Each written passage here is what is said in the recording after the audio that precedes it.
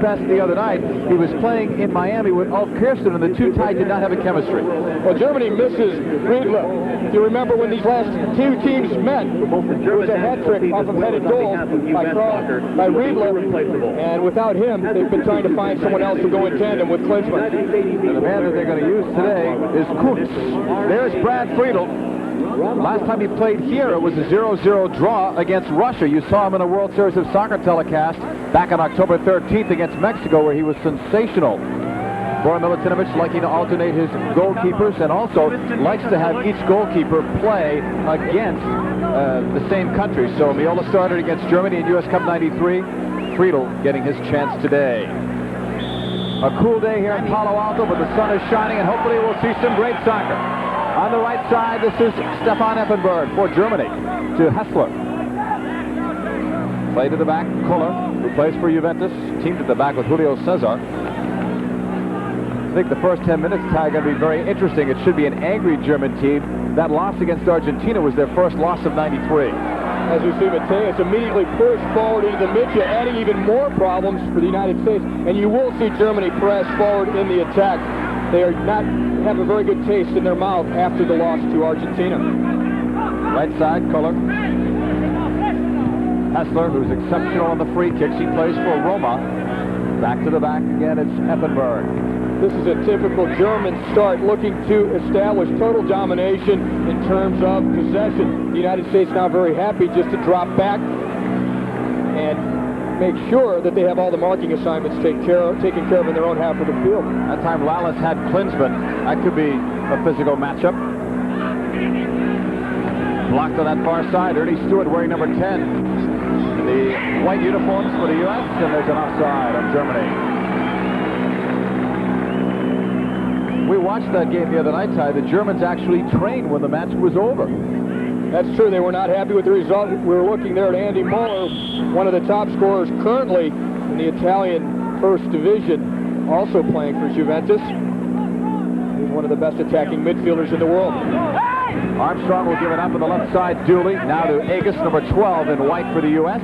Agus and Dooley both bothered by hamstring problems. They did not play against Kongsvinger, the club team from Norway, last week. Of course, it was a rainy, muddy field, and that was probably another reason to keep them off.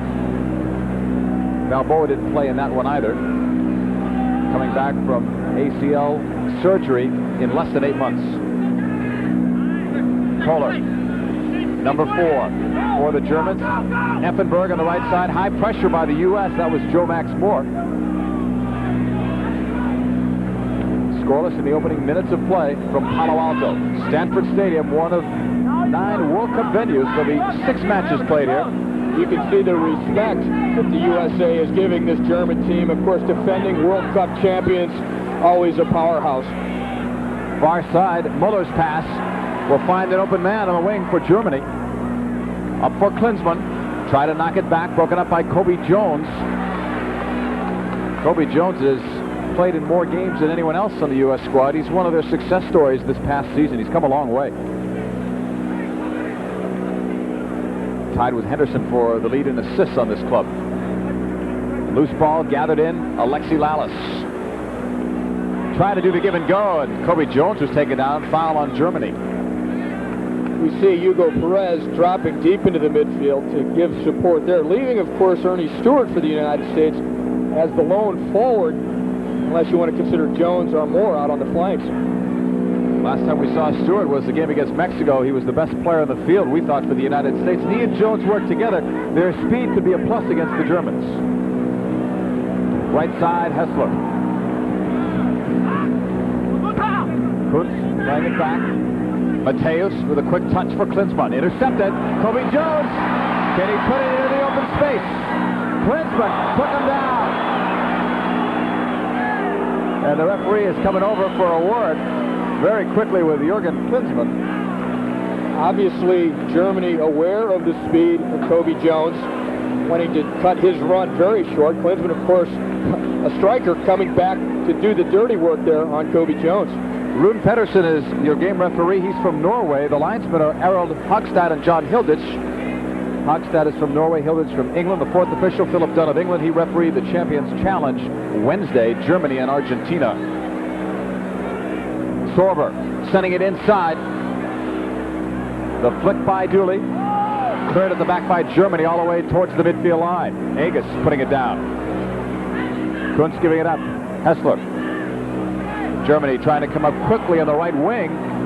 Häßler in a battle with Agus. And Agus goes down. Oh, it's getting very physical out there. And then Kuntz at Agus. And he kicked the ball at him. Bring out the cards. That's an automatic, or should have been if the referee saw it. Now he'll talk to him at least. It wasn't a forceful kick, but the unsportsmanlike intent was sure there against Jeff Agus, number 12, who played collegiately at the University of Virginia. He and Kuntz make up. Kuntz playing for Kaiserslautern in the Bundesliga. 14 goals on the year. He's a guy worth watching offensively. Well, he's not Riedler, but it's great when you can replace a player like Riedler with a guy who's leading the Bundesliga in goals scored. Riedler was injured November 17th when Germany beat Brazil at Cologne 2-1. Riedler with a shoulder injury, not due back till January. Far side Dooley was taken down. Play continues. That was Buchwald on that tackle. Cobi Jones lost it at the end. Cleared away by Eilts, who's a new starter. A tough way to go for Cobi Jones up against 3 German defenders. He should have looked for some help there. Still scoreless here. We've got about 5+ minutes in this opening half from Palo Alto. Häßler on the right flank. Try to turn it inside on Agus. Got some help from Joe Max Moore, and it's going to be blocked out by Germany. For the goal kick coming up for Brad Friedel. There's Jeff Agus, whose college team, the University of Virginia, just won their 3rd straight NCAA Division I title. Agus is taking a hard-nosed approach to marking Häßler down that German right side, and he'll have to. Häßler, one of the better dribblers in his ability to cut the ball and change directions. So Agus trying to inspire his teammates, because that's what it'll take to stop some of the German attacks. Earnie Stewart, number 10 in white for the U.S. Nice cut to the inside. Right-footed shot. Save under a beauty.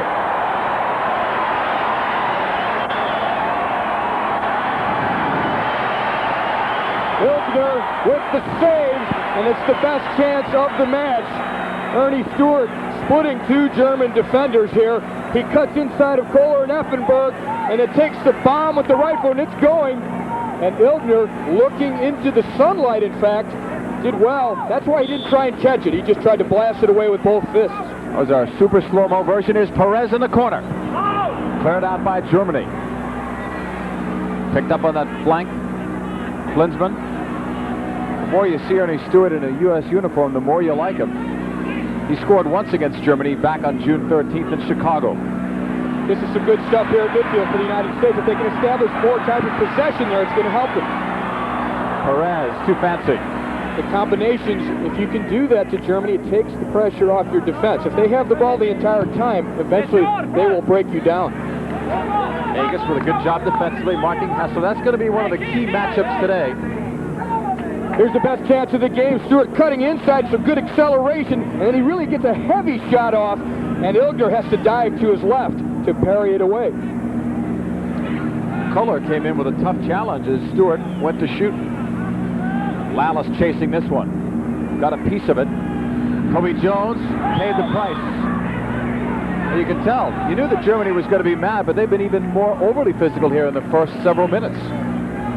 Last time we saw Cobi Jones, he got 2 players red carded against El Salvador. He draws a lot of fouls. And a very professional approach in their fouls. They will step in early, get the foul done in the other team's half of the field. Now they can set up, get their marking assignments, and get organized defensively. So it's very deliberate that if they're going to foul, they do it early in the play so that they can all get back. Desmond Armstrong giving it up to Lapper. Lapper leads this team in minutes played. Agus looking long. He wanted Dooley. He almost got it. Eilts puts it back dangerously into the middle. Pérez almost stole it. Buchwald sending it far side. Kohler going in to help out. It went instead to Möller. Now back to Kohler.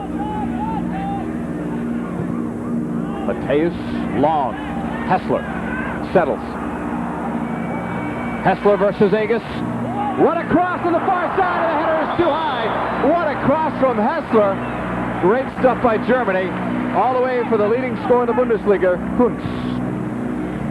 And the pinpoint accuracy of the cross by Häßler, you'll see here, he's got good pressure on him. In fact, Dooley had come over to help, but this ball bends all the way to the back post, and there is Kuntz trying to get the header on target.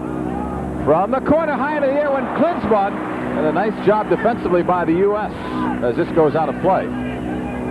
Here's the play that resulted in the corner kick. Häßler just barely getting that in-swinging cross in all the way to the back post. Nearly beat is Lalas by Kuntz, but it went out for a corner kick. We come back to the live action. Long throw upfield for Cobi Jones. Now for Lapper, UCLA teammates. Mike Sorber from St. Louis University. This one goes out. Throw in Germany. We've gone just about 10 minutes here. First half of play. Germany nothing, the U.S. nothing with Ty Keogh. I'm John Paul Dellacamera, just one day before the World Cup draw in Las Vegas. Here's Stefan Effenberg. Take out Joe Max Moore to the inside. And he ran well into space. Effenberg cut off, though. Nice job by Desmond Armstrong, who didn't play in the last game. He was attending a very important meeting in Chicago involving the Pro League. It broke a streak for Desmond. 12 straight internationals every minute played. There's one flick by Germany. Settled by Möller. Plays it across. A chance to shot. Save. Friedel. Rebound. And it just missed. But a great chance again for Germany, and Brad Friedel equalized the Illgner save several minutes ago. Exactly. We've seen outstanding saves now at each end.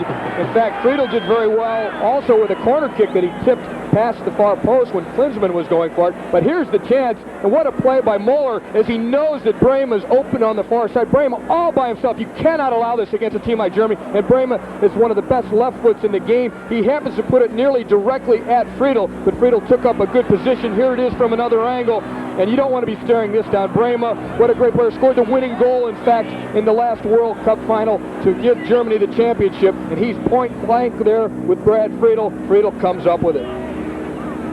Germany moving it up the left wing side. Brehme was looking for Buchwald, tackled out. Lalas very hard on that tackle as well. It was a foul, then not a throw-in.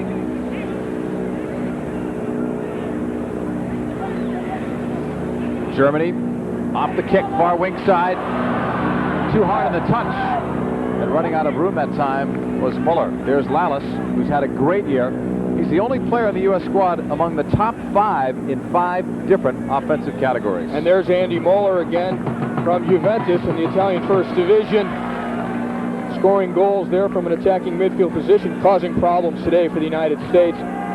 If the United States can keep him under control and they can keep Häßler under control, then they have to worry less about Klinsmann and about Kuntz, because that's where the serves are going to come from. They're going to come from Möller and from Häßler. Sorber gave it up. Lapper looking for Agus. Lapper tackled away. Klinsmann looking. Back for Jeff Agus. Chased by Klinsmann. Sorber. Thomas Dooley. Right back to Joe Max Moore. Another UCLA grad. Joe Max Moore is their leading scorer this year in full internationals with 8. Dominic Kinnear next with 7. And the dream game for Thomas Dooley, playing against the country he grew up in.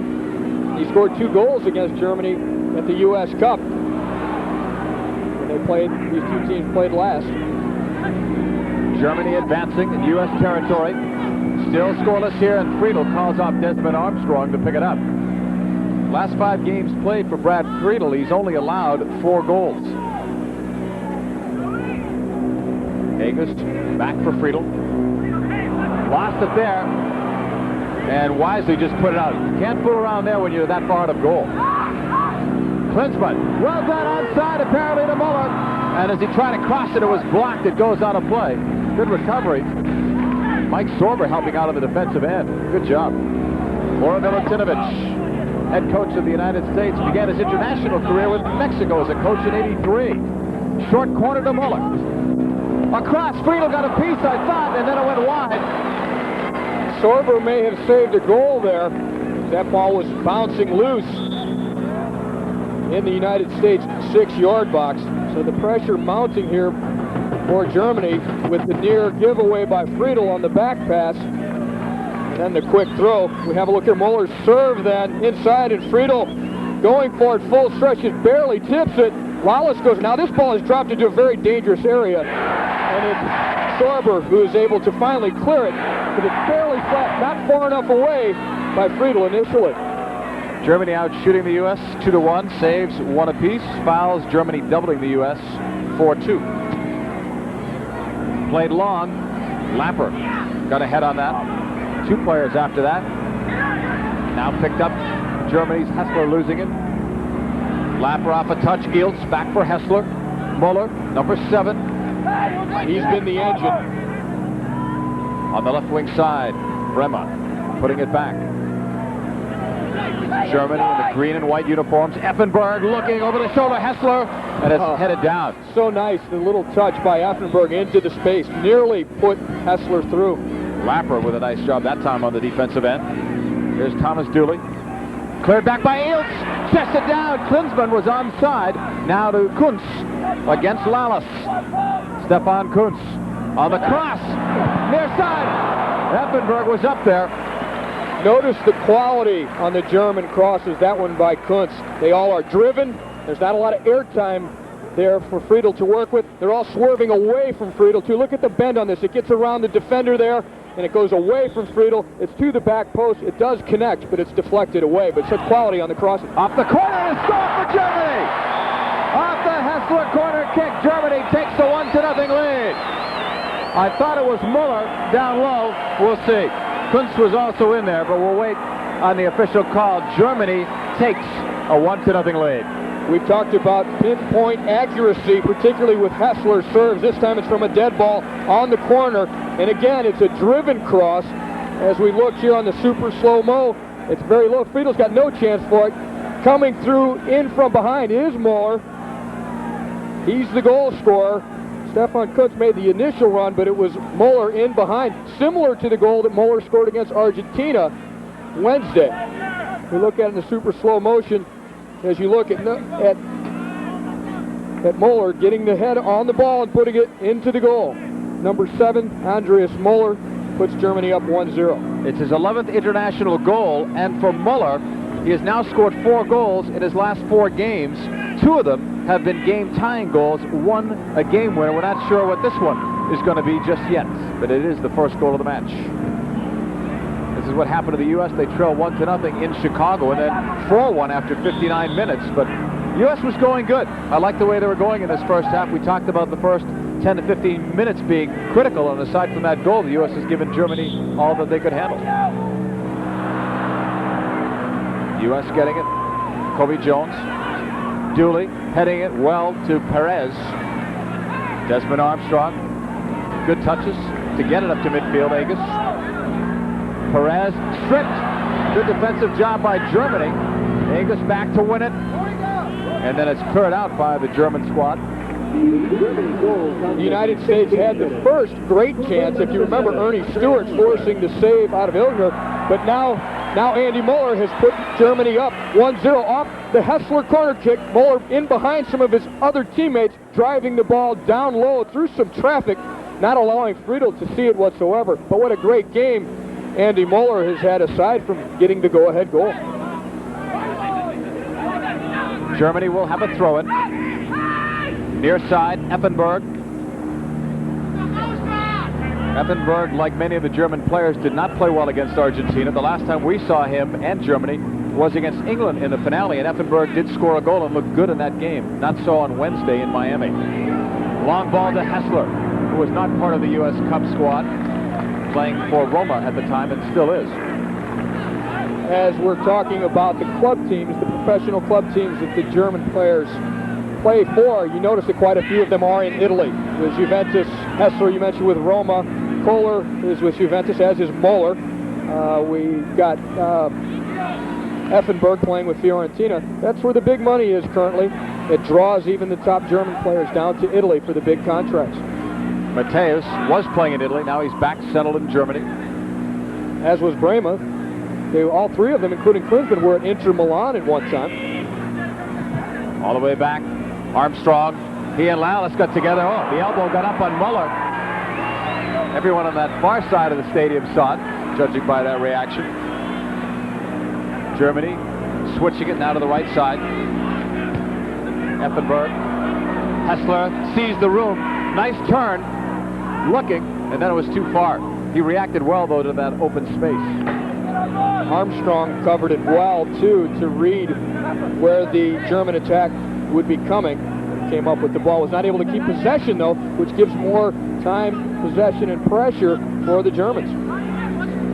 Gone about 20 minutes here unofficially in the first half. Germany leading it 1-0. The goal at 15 minutes, or in the 15-minute mark area, by Möller, the assist to Häßler right off the corner kick.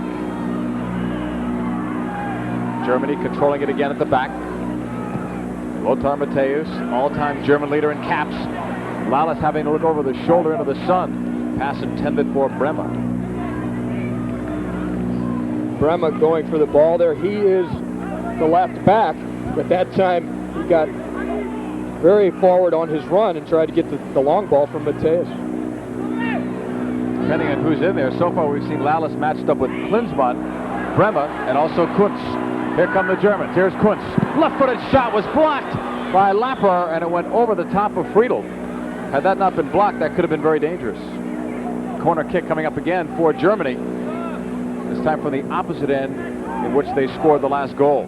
Perhaps a bit more caution out of Hugo Pérez in trying to keep possession when he's that close to his goal. There was another time he got caught dribbling on his own side of the halfway line.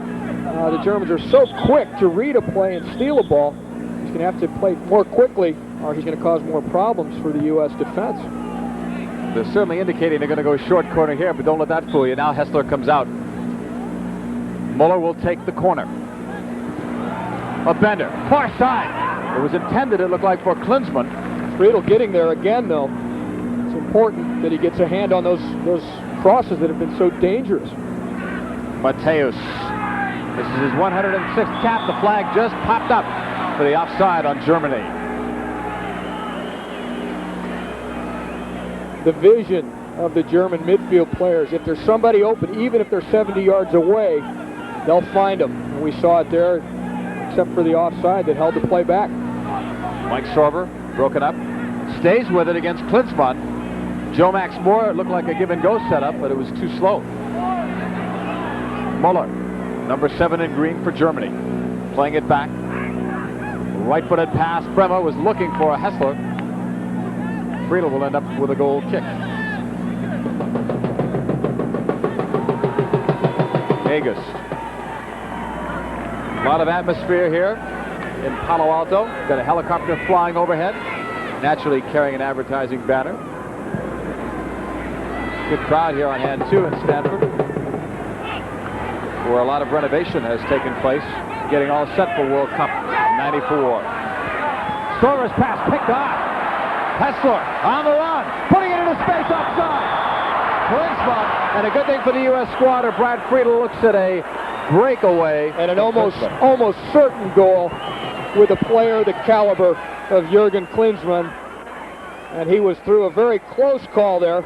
But again, the United States need to establish themselves at midfield with some possession. Instead, they cough up possession, and it's Häßler going the other way. The breaking Möller, and look at Klinsmann over there. Now, is he even with Armstrong, or is he in behind him? That's the only question. And the linesman called him behind Armstrong, so it's offside. Klinsmann, great job. May get his own ball against Armstrong on the turnaround. Great back heel. Brehme, inside. Lapper gave it up.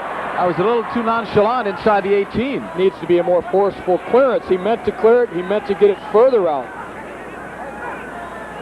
Germany maybe sensing a kill here. They're going, it looks like, more for the jugular and catching the U.S. in a couple of bad plays. Exactly. The more times the United States gives up the ball in a bad situation, the more they get shaken. And then they even make poor clearances. So if they can establish a little bit of combination play, that gives them confidence. They're less likely to make those miscues.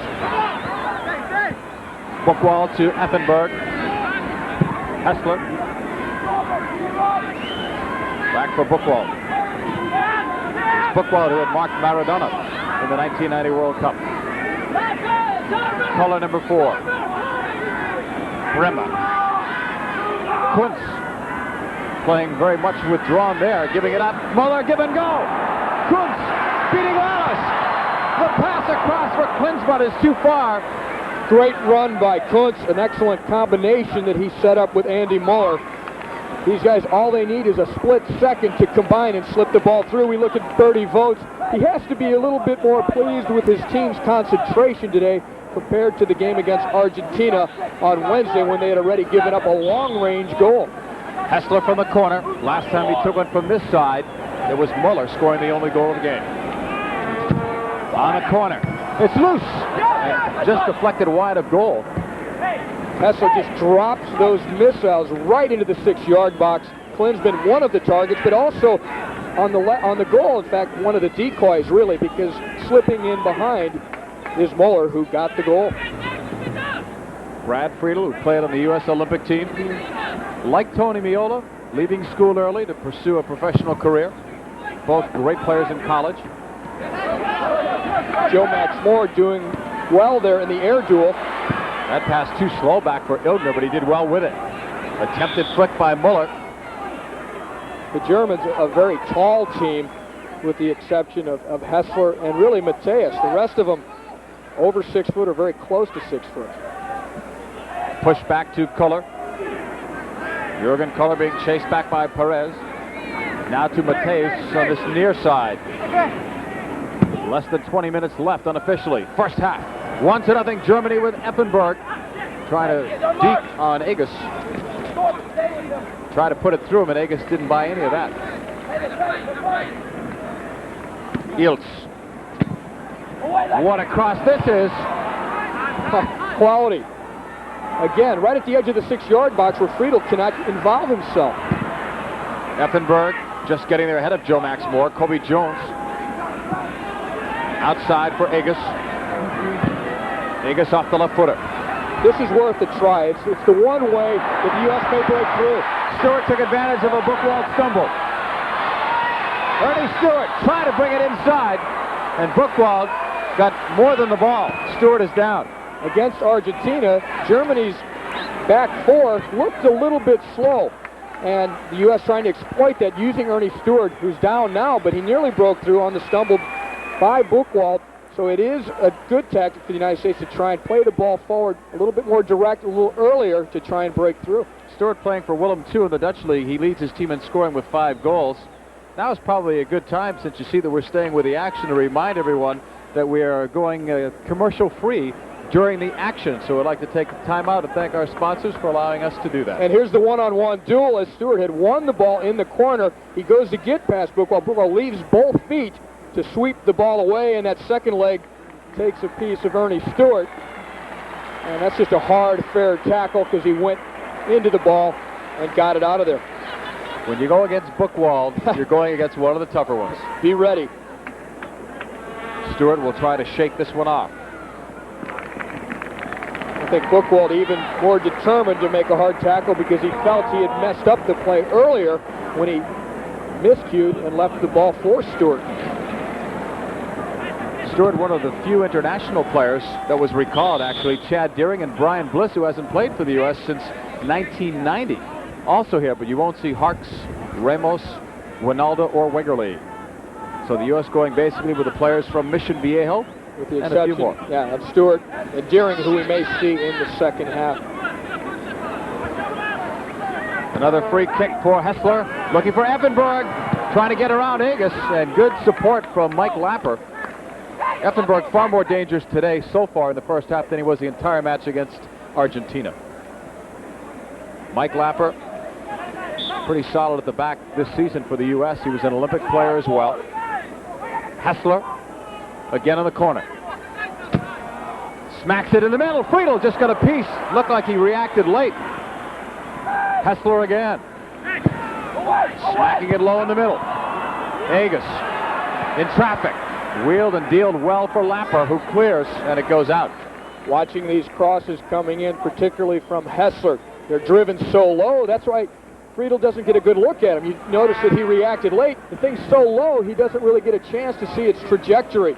So he's having problems with it. And if you watch the U.S. defense in general, even after this save by Friedel, They cannot hesitate. They must go to the ball. Otherwise, the Germans will dart in front of them and get the goal, as they did on the corner kick.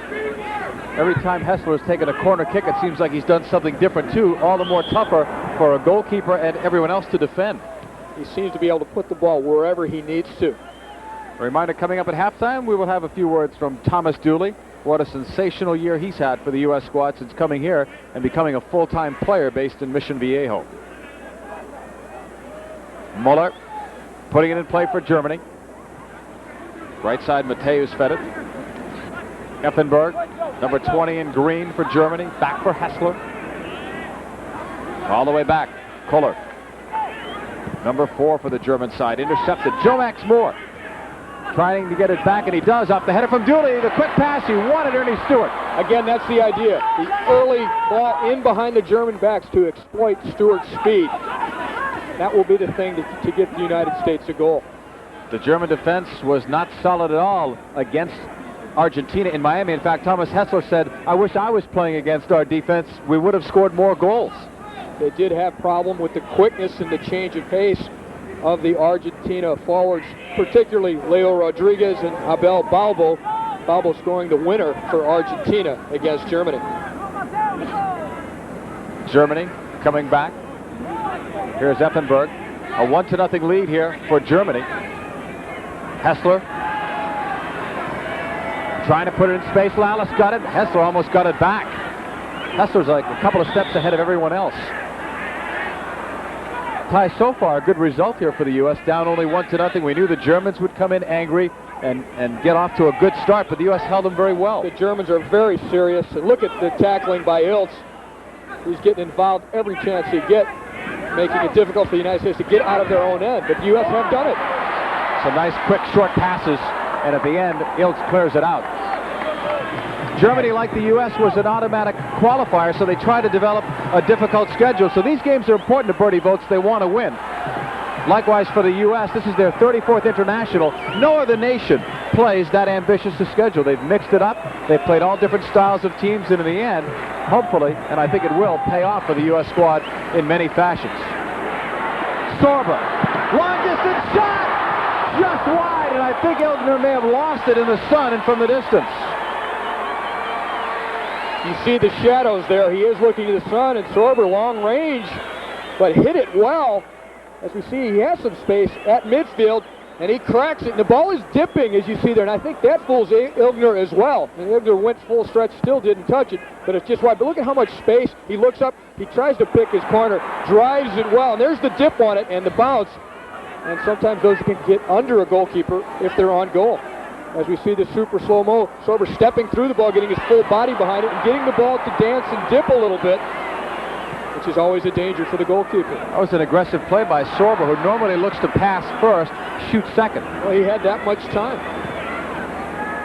In a space, Möller, great job to head it down. And a tough tackle on that far side.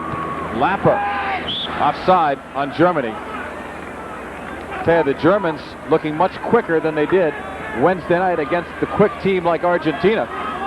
Well, they are playing their kind of game. They're keeping possession. They're playing mostly in their opponent's half of the field, keeping the United States hemmed in until the last 3 or 4 minutes where the U.S. had done better to get forward. Klinsmann a little too physical against Mike Lapper on that far side.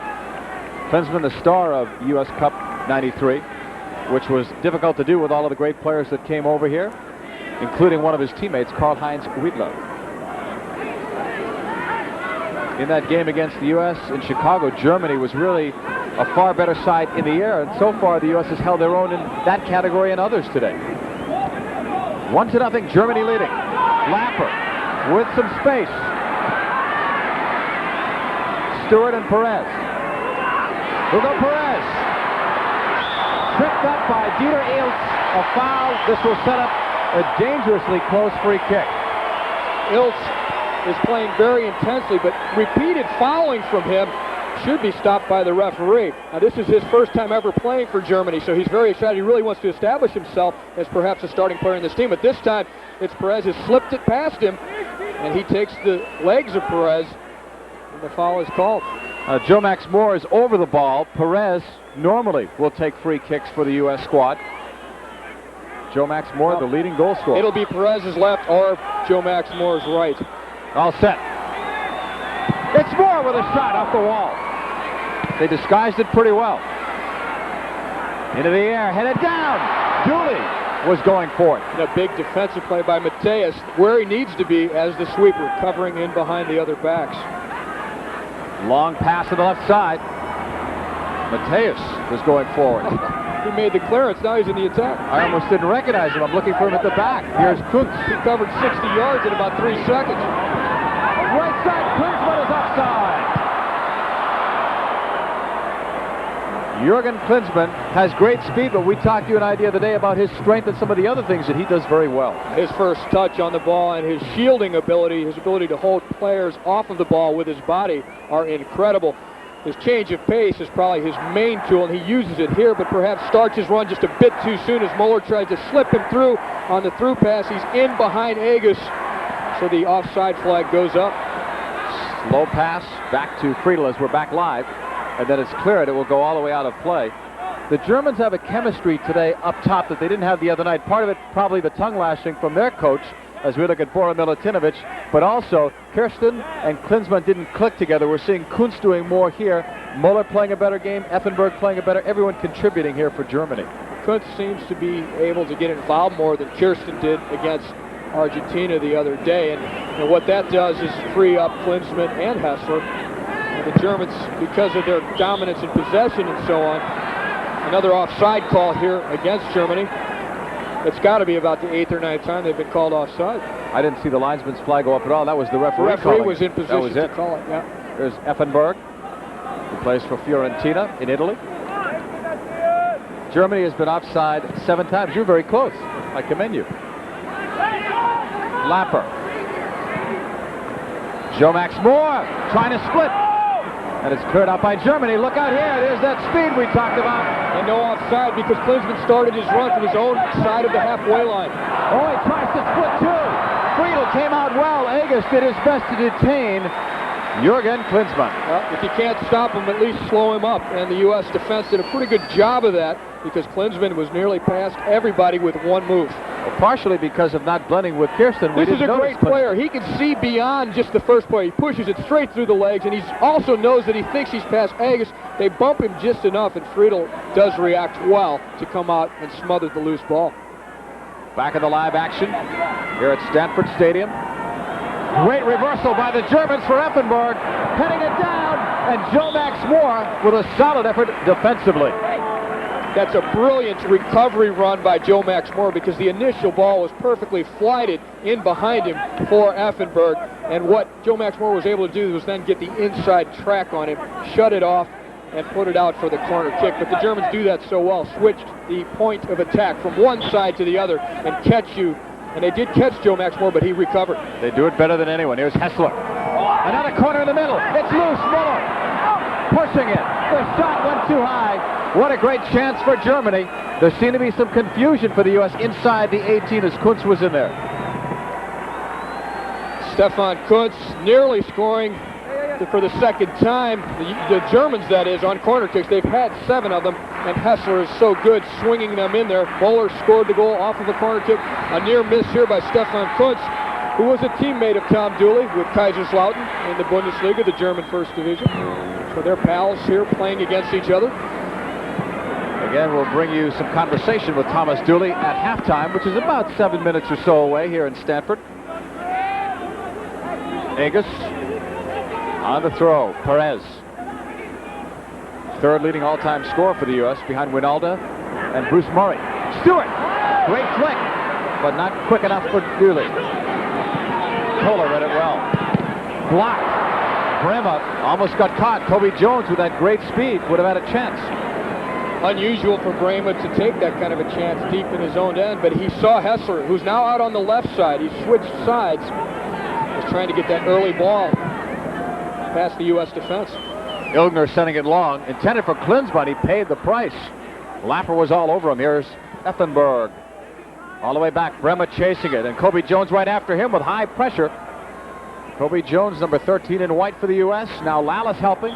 The U.S. coming forward now, trying to catch Germany and maybe get a break at a tying goal before halftime. Well, I think this is important to look at Häßler. He's frustrated. He wanted that ball earlier from Brehme. And that's because the U.S. team's doing a little bit better job now of picking up the German midfield and pressuring a little bit and not giving the time that they gave him earlier on when Germany was able to keep the U.S. in the U.S.'s half of the field for large periods of time.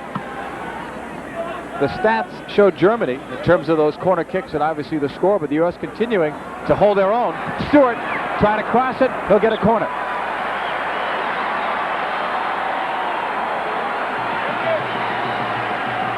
Kohler was the man who knocked it out. Pérez will take it. Chad Deering right now is warming up, loosening up behind the U.S. bench. We get set for the corner. Pérez inside, it's loose. And the player to watch was Lalas. He just missed it. He scored 4 goals this year for the U.S., all with headers. Illgner, though, coming out and matching him on this particular one, but it looked almost identical to the goal that Lalas scored against England from the exact same position. He even jumped the same way, but this time the German goalkeeper, Illgner, was able to come out and deflect the ball away. Bodo Illgner was the World Cup starter for Germany, West Germany at the time in 1990. Pretty much lost his starting job after the 1992 European Championships. Koepka has been starting a majority of the games, although Illgner played in 3 of the last 4 before Koepka played in Miami. Germany will play it back to the keeper. I think Vogts planned on switching the keepers off, but I think particularly after the suspect goal against Koepka by Argentina on the long-range shot, that made it certain that he would make the change. Diaz scoring that one about 4 minutes into the match. Klinsmann trying to split. Armstrong may have gotten away with something. Forget the word may have. He did. Klinsmann knows it. You and I know it. Matthäus. That was a Klinsmann sandwich. All the way back. Aegis. Well, one thing about Klinsmann, if he wants to argue with the referee, he can do it in 4 different languages. So the referee's bound to speak one of the language that Klinsmann knows. Klinsmann looking to use that incredible acceleration that he had. You see how he did it? He just pushed it and he went. And Armstrong and Lapper, knowing they couldn't catch it, just bodying him off. 3.5 minutes left. A much better performance by the U.S. Forget about the stats and the corner kicks. Far better than the game in Chicago. And they gave up a couple near the end of that half, or in the latter stages of it. Another offside. Add that to the total. Oh, Klinsmann's upset. He's still thinking about the last foul. Yeah. Or the foul that wasn't called. Lapper, long ball. Stewart was on the other end. Couldn't quite get it. Häßler missed it, but there was a reason. Sorber fouled him. Germany's been offside, by the way, 8 times, 0 for the U.S. Not only was Chad Deering warming up, but we see Brian Bliss down behind the U.S. bench as well. You would hope that they would get in on action. Both came in earlier from Germany. Cobi Jones, great speed up the middle. Stewart, good read as Jomax Moore comes in as well. Effenberg, solid job. It looked like the U.S. was going to have a numerical advantage. It's the first time we've seen Cobi Jones coming up the middle as opposed to the wing in this first half. He has that burst of speed to do it. There's a good ball by Lapper out to Armstrong. Desmond Armstrong, second on the squad now in minutes played among the active players. Great move, Cobi Jones to the corner flag for the cross. Hit it straight up. Illgner is right there. That's some good stuff. The United States could do a few more of those and they'll get their goal. They've started to turn the tables, but now be very careful because Germany just as quickly can counter the other way, just when you think things are going well. And it was Dooley who had that chance. Lapper said it was offside, but the linesman didn't agree. It's a good thing that the U.S. got that ball. Kuntz apparently was not. But how about the way Jones burst past 2 Germans at midfield and then tried to slip the ball through to Stewart. Friedel came out, and that's empty. Lalas saves the goal. Great job by Alexi Lalas. A little hesitation by the U.S. and it almost cost them. Germans got a lucky break and they almost finished with it. Well, here's what happens. The U.S. getting a little bit excited about some of their offensive success. Get caught with a few players upfield. They're not quite as organized. So now here it comes the other way. And it's Stefan Kuntz actually coming in with a collision with Friedel. and coming up with the ball, and he appears to have an open goal, and it's Lalas who saves the day with the slide. Off the corner, Armstrong clearing it, out of danger for the moment. Germany getting it back. The U.S. pushing up. Played back toward goal. Friedel cleared it away. One way to beat the offside trap there is to play the ball to yourself, which is what Matthäus tried. Cobi Jones for Joe Max Moore. Closing minutes of the first half, he's chopped down. Häßler. No, the guy that played the ball back to Friedel on the other end, the last line of defense was Earnie Stewart. Well, he got caught. Matthäus decides to beat the trap. He's going to just pop the ball through to himself in behind the trapping U.S. defense. Stewart must have seen him and picked it up. It was a well-read play by Earnie Stewart. And like you said, he's not a defender, but he saw Matthäus' idea of trying to pop the ball through to himself. Pérez on the free kick, bending it. Far side, the header was strong but not accurate. And it was Lapper coming up from his defender's position to put a head to that. But you have to like, for instance, Häßler had to foul Joe Max Moore just down here on the left side a moment ago. A minute and a half before that, Cobi Jones broke through a great cross down from the right corner. A chance on the head here by Lapper, who we're looking at right now, we just saw. So the United States starting to be able to create some things that are putting the ball near the German net. A few shaky moments for the U.S., but all in all, they've done pretty well. We're into injury time now in this first half. How about nutmeg the referee? That should be it. That is it. A good first half for both teams, although Germany will take a 1-0 lead into the locker room at halftime. Before we go away, we want to remind you about our Adidas trivia quiz that's coming up. Give you a chance to think about it. Here is the question. Who were the first two teams to qualify for the 1994 World Cup? And the second part of that is why. Give you time to think about it. We have no commercial breaks during the flow of play, but we'll take it. How would you like to create video albums as easily as your family photo albums? Now you can with JVC's Video Album Maker camcorders. They let you pick the shots you want, take out what you don't want, and transfer them to your home VCR in any order. JVC's Video Album Maker not only improves your videos before you shoot, but after you shoot as well. That's because JVC invented VHS. Get 3 compact VHS videotapes and an extra battery with any JVC camcorder you buy. Listen, it's a credit card. It does not make you a superhero. Actually, maybe it does. I mean, no card is more accepted on the planet, so you can use it for practically anything, like plane tickets. So you could fly like a superhero, or at the hospital, so you'd have x-ray vision. And you can use it to get cash at ATMs all over. So in any situation, you can just say, stand back, I'll handle this. It could make you a superhero. All you need now is a secret identity.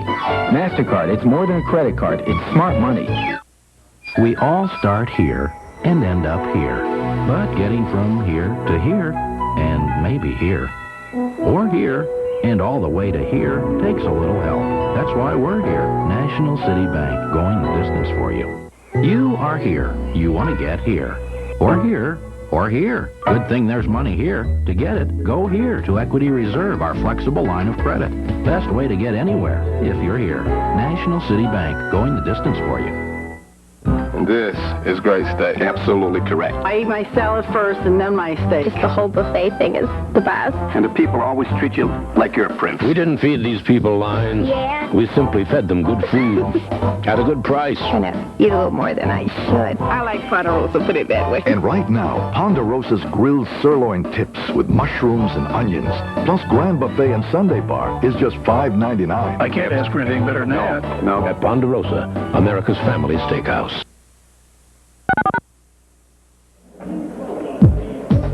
The second commercial-free half of this World Series of Soccer game is being brought to you by Coca-Cola Classic. Always Coca-Cola.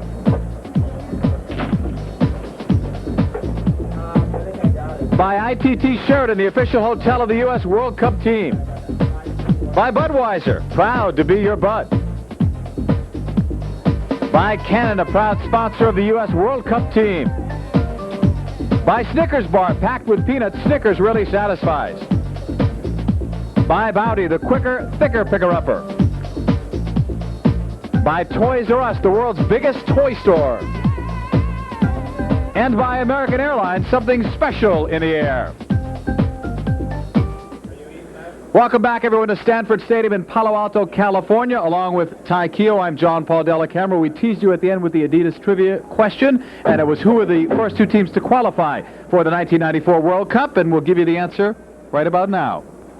Germany qualifying when it won the last World Cup, and the U.S. named as the host way back, Ty, it seems like ages ago, back in 1988. It'll be here soon, though, in the U.S. hosting, and they'll see if they can unseat the defending champions. And don't forget the draws tomorrow from Las Vegas. Let's talk, though, about the first half of play. The numbers will tell you Germany, but I like the way the U.S. played. Well, the U.S. did some very good things in order to work the ball out on a few occasions, and they created some credible chances on the German goal. But they've also been fortunate in a way. They're playing that offside trap, which has been very successful, but that's also a very risky tactic. It can backfire as well. One of these times, one of the German forwards, like a Klinsmann, may break through, and he may not be offside. Stick around. A lot more to come your way. We'll take a look at some halftime highlights and the numbers when we come back to Stanford Stadium in Palo Alto.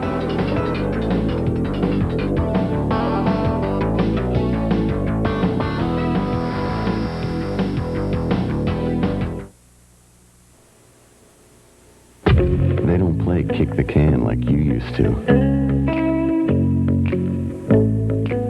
They don't dress the same way. They learned to read 3 years before you did. They've never owned a record. So why are you taking pictures of them with the same old film? Try Fujicolor Super G film. Because your pictures should be nostalgic. Your film shouldn't.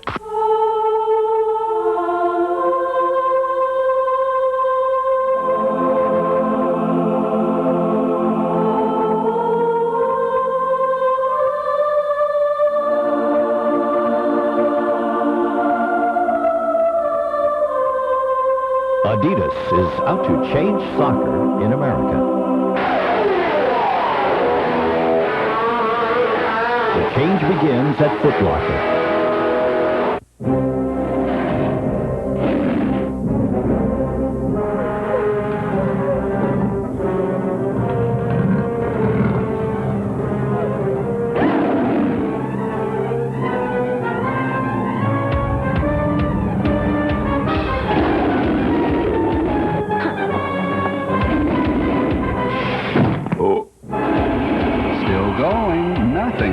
The Energizer battery. It keeps going and... Hi,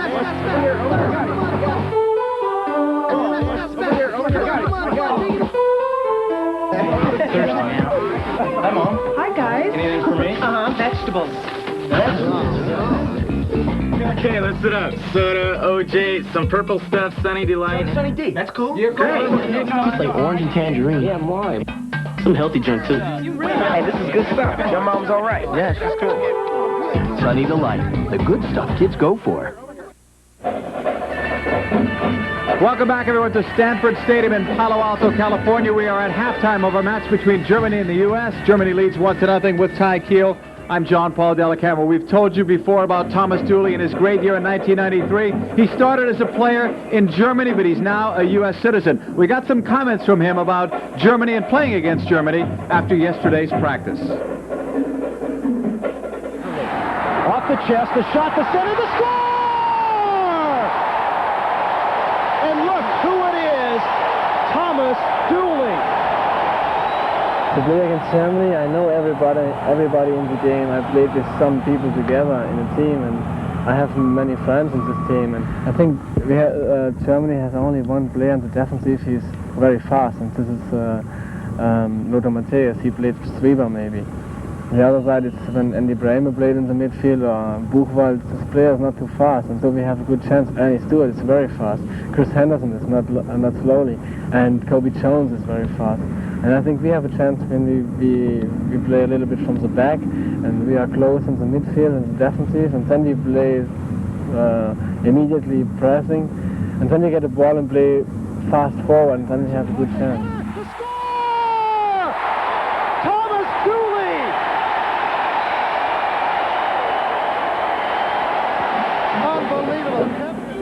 And now making its U.S. debut, some kind of new technology, or we think it is, called Telebeam. It's computer imagery, and it involves a computer and replays. And it's best to, I guess, show you what it looks like as we take you through the first goal that was scored. It was scored by Möller. The corner kick, it was Häßler who sent the ball all the way across. And this is completely computer-generated animation. This is not a replay. It is able then to extrapolate and go and show you different angles of the same play. This is straight from over the top. And we see it was right from the top of the 6-yard box that Möller scored the goal off of Häßler's corner. It's amazing. It's like a kid's video game, isn't it? Yeah. Sega, I guess. I'm not up on my games. Well, you also notice that Möller headed the ball straight down. Friedel, where Friedel can't have a look at it. So that was a look at something called Telebeam, which I guess we're debuting here for the match between the United States and Germany. Germany leading it by the score of 1-0. All in all, a good first half. We've seen a good 45. We'll probably see Chad Deering and Brian Bliss in the second half. Definitely. Stick with us. When we come back, we'll take a look at some first half highlights and numbers when we come back to Palo Alto.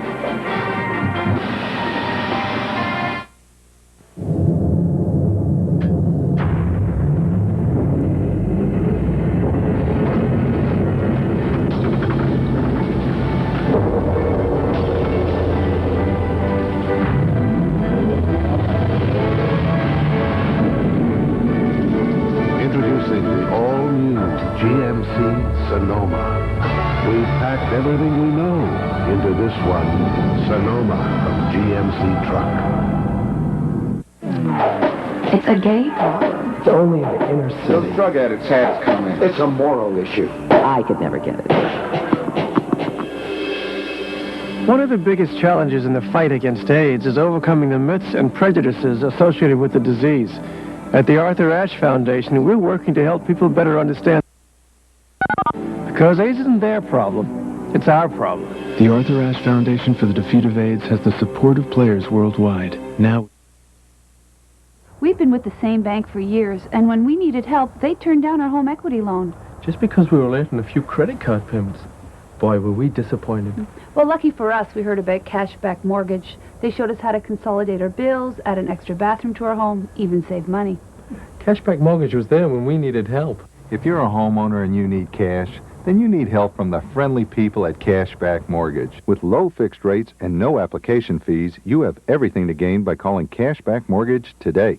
Make holiday shopping a lot easier. Shop smart, shop Discount Drug Mart, and save time and money. You'll find great gift ideas at special sale prices. Goody hair products make perfect stocking stuffers. Combs, styling brushes, sleeve curlers, and hair bands at low discount prices. Shop late every day, even holidays till 10 p.m. Discount Drug Mart saves you the run around. Discount Drug Mart saves you the run around. You'll find everything you need. Welcome back, everyone, to our World Series of Soccer telecast, our final one for 93. Germany leading the U.S. 1-0 here at halftime. It is time now for our Budweiser halftime report, brought to you by Budweiser, proud to be your Bud. We'll have a look here. One of the great early German chances. It was still 0-0 at this time. The ball finds its way over to Brehme, who's all by himself at the left side, and he's got a big-time left foot, but Friedel stands up to it and knocks the ball away. There's still some danger here for the rebound, but it went wide. But then it wasn't long, although the U.S. had a couple chances, but the goal came for Germany, and it's Häßler. Look at the way this ball whipsaws down across the top of the 6-yard box. There's some diversionary runs by German players at the near post, and Möller right up the center with the header. Blasts it past Brad Friedel. 1-0 for Germany. That's where we are at halftime, but Germany still getting into the attack. And when you look at one of the superstars of world soccer, Jürgen Klinsmann here, setting up the U.S. defense, and he sees Lapper, and he just goes to push it through his legs. He's trying to push it past Agus as well. Agus does well, really, to deter his run long enough so that Friedel can then shut it down. And we have some actions here where Mike Sorber had a chance to really line up a good shot from well outside. It has some dip on it. Look at Illgner diving full stretch for it. The ball going just wide, but a nice opportunity for the United States with the long ball from midfield by Sorber. Budweiser, proud to be your bud, also proud to present our first half highlights.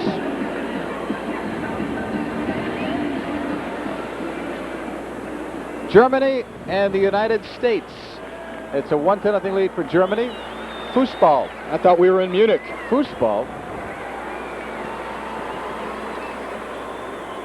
We are just about set in just a moment or so for the action. We should see Chad Deering coming in, as we were talking about. You know, it'd be a shame, obviously, if Deering or Bliss didn't come in. I'm sure Bodo Milutinović would love to give him a chance to play since they came all the way from Germany.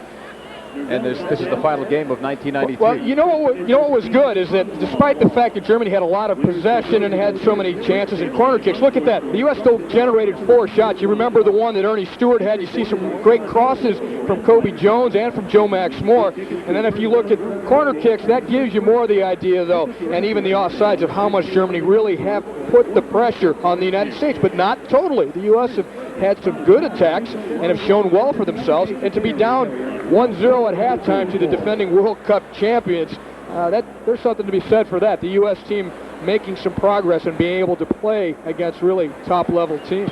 Yeah, the U.S. squad was down 3-1 the last time they had played, and then 4-1 in the second half in the 59th minute mark, so they're definitely ahead of where they were at that stage. I want to talk about something you and I had talked about the other night in Miami. We saw the Germans come out.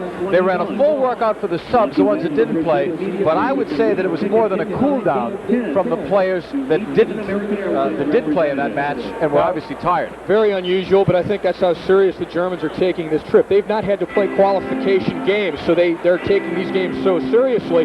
They went into that game against Argentina, and they lost because of who they're up against. Argentina, they don't like to lose to South American teams. They want to establish that Europe is the supreme team. So what ended up happening at the end of the game, normally you will see the subs maybe do a hard workout, and you might even see the starting players do just like a cool down. They'll jog around for 10 or 12 minutes and then get a good stretch up. But what the Germans did was about a 35-minute workout, including the starting players. So again, that's the seriousness that is put on these games by Bertie Vogt, the German coach, to have his team training after a hard game like Argentina. You talked about the 4 shots for the U.S. That one may have been the best that Stewart took in the earlier minutes. That was the earliest one, yeah. It was 0-0 right at that point. When Stewart that was had the first best chance by the United States. It was before Germany had generated any good chances. The Germans are never late. Why are they coming out now so late, or so it seems? Brehme looks like he's going off. I saw him look like he was carrying a cup of coffee or something. I wish you'd bring one up for us. It's getting cool here. There's Bertie Vogt, played on the 1974 World Cup champion West Germany, along with Franz Beckenbauer, Sepp Maier, and also with 2 of his assistant coaches who are on the sideline with him, Sepp Maier, the keeper, and Bonhoff, the midfielder for 74 Germany. Vogt is a 2-time West Germany Footballer of the Year. All right, second half underway, and that's Matthias Sammer, who has come in, number 16 in green for Germany. I see Ziege, number 17, playing the left side here in place of Brehme. So at least 2 changes for Germany. Up the left wing side they come. Ziege, who had a great U.S. Cup 93. Low cross. Klinsmann missed it by inches. You're going to see a track meet on this near side between Cobi Jones and Ziege. They both have incredible speed. What a nice way for Ziege to come in. His first touch is brilliant. Klinsmann was ready to swerve that one home. Cobi Jones, 13 in white for the U.S. now for Thomas Dooley. 1-0, Germany leading it if you're just joining us a day before the World Cup draw in Las Vegas. We're told there are about 600 media members expected to be here today. Some were already in Las Vegas and came here for this match, and then they'll be heading for Las Vegas right after it. That's an impressive turnout here. And a good crowd as well. Jürgen Kohler. It's always tougher to draw a crowd in a lot of sports around the Christmas holiday, so this is very good. Kohler is the one that's off for Sammer, for Matthias Sammer. This is Chad Deering, number 21, playing in the U.S. midfield, although he'll push up to help Earnie Stewart. He's on for Pérez. Chad Deering played collegiately at Indiana. Jerry Yeagley has turned out more than a handful of good players there. Deering currently under contract with Schalke 04 in the German First Division, so he knows these guys. Dooley clearing it out. Deering just missing. We saw him in the second half against Mexico. Headed down by Möller, the linesman with a flag up. There were a couple German players offside, although neither one of them was Möller, who ended up with the ball. Lalas picking it up on the right side. Stewart to the corner flag against Eilts. Nice cut inside. Stewart on the cross, far post. Just over Effenberg. It was intended for Joe Max Moore, but Illgner appeared to be caught off by that. So the only change for the USA is Deering, number 21, on for Hugo Pérez. Germany going with 2 changes. Ziege for Brehme out on the left side. And more in the central midfield, defensive midfield role, they have Sammer. And they've actually dropped Buchwald into where Kohler was. Also, Brian Bliss is warming up on the U.S. sideline. Kicked upfield by Dooley. Played on the left side by Christian Ziege. Ziege putting it into space. He wanted Möller, but there's Cobi Jones reacting well on the defensive end. Too slow on that pass for Earnie Stewart. Ziege will get it. Well, they misunderstood each other just a little bit there, and they don't play together often enough. If you think about it, Cobi, one of the Mission Viejo players, and Earnie Stewart playing for Willem too in Holland. If they could play together more often, they might be able to communicate better on those kinds of plays. Chad Deering with a little room. Right side to Cobi Jones, and got the feet tangled up. How about you? I wanted him to shoot. I mean, really, Earnie Stewart shot from there. Mike Sorber shot from there in the first half, and had good chance. The fans wanted it. It's one of his first touches, though. Buchwald giving it up on the right side. Buchwald, number 6 for Germany, all the way to the left. Lothar Matthäus, all-time German leader in caps. This is 106 for him today. Wearing the armband. Recently surpassed Beckenbauer in the total number of caps. Bertie Votes was 3rd. His coach. Look at this move. And more moves. Häßler. Friedel comes up. Häßler's a little fire plug out there. He makes this team go. He can change direction so quickly and keep the ball under such close control. But Friedel showed good range there, really. I think that ball was going wide, and he still covered it. Häßler's like only about 5'5" or so he's listed. But he was 3rd in the voting for European Player of the Year in 1992. And there are a lot of great players, as you know, in Europe. And he's one of the top ones, no question, playing for Roma in the Italian First Division. Klinsmann in the air. Coming back. Putting it into space for Möller. Friedel didn't get it. Möller with a chip. Strunz. Klinsmann. And then Lalas clears it out. U.S. dodges a bullet. I know it's a cliche, but no other way to describe that. That gets scary because Friedel came off his line well, but Möller showed us another gear of speed. He was able to even pick up some acceleration and win the race to the ball. Deering to Stewart. Stewart, number 10 in white for the U.S., sending it long. Effenberg. Möller. Oh, what a great first touch. I continue to be impressed with number 7, Möller. You hear so much about the Klinsmanns and the Matthäus that the Möllers don't get enough credit. Headed down by Strunz. Here's Ziege with speed. Ziege gave it up. Klinsmann blocked. Cobi Jones may have saved the goal. There's no other word for those last 2 plays but heroics. First Lalas, then Cobi Jones there. Those are certain goals. Germany is so dangerous in those situations, but truly heroic defensive plays by the United States has kept the score close. I think Brad Friedel has some players to thank if this game were over right now. This is going back. Here's Klinsmann splitting everybody with the through ball for Möller. And I thought Friedel was going to win this ball. Then Möller just picked up speed. And now Friedel's completely out of the goal. It's all the way to the back post. Here's Kuntz. He wins the head ball, but not a good enough angle. Friedel now has raced back into position. And finally the U.S. with Lalas is able to get the ball out of danger. But what a great run by Möller. We have another. And then right after this, it's Ziege with his great acceleration splitting the U.S. defense. And there's the heroics by Lalas, and now by Cobi Jones, as if that's almost a certain goal if Jones doesn't block it. Back to live action. Matthias Sammer back for Lothar Matthäus. Wide right side for Effenberg.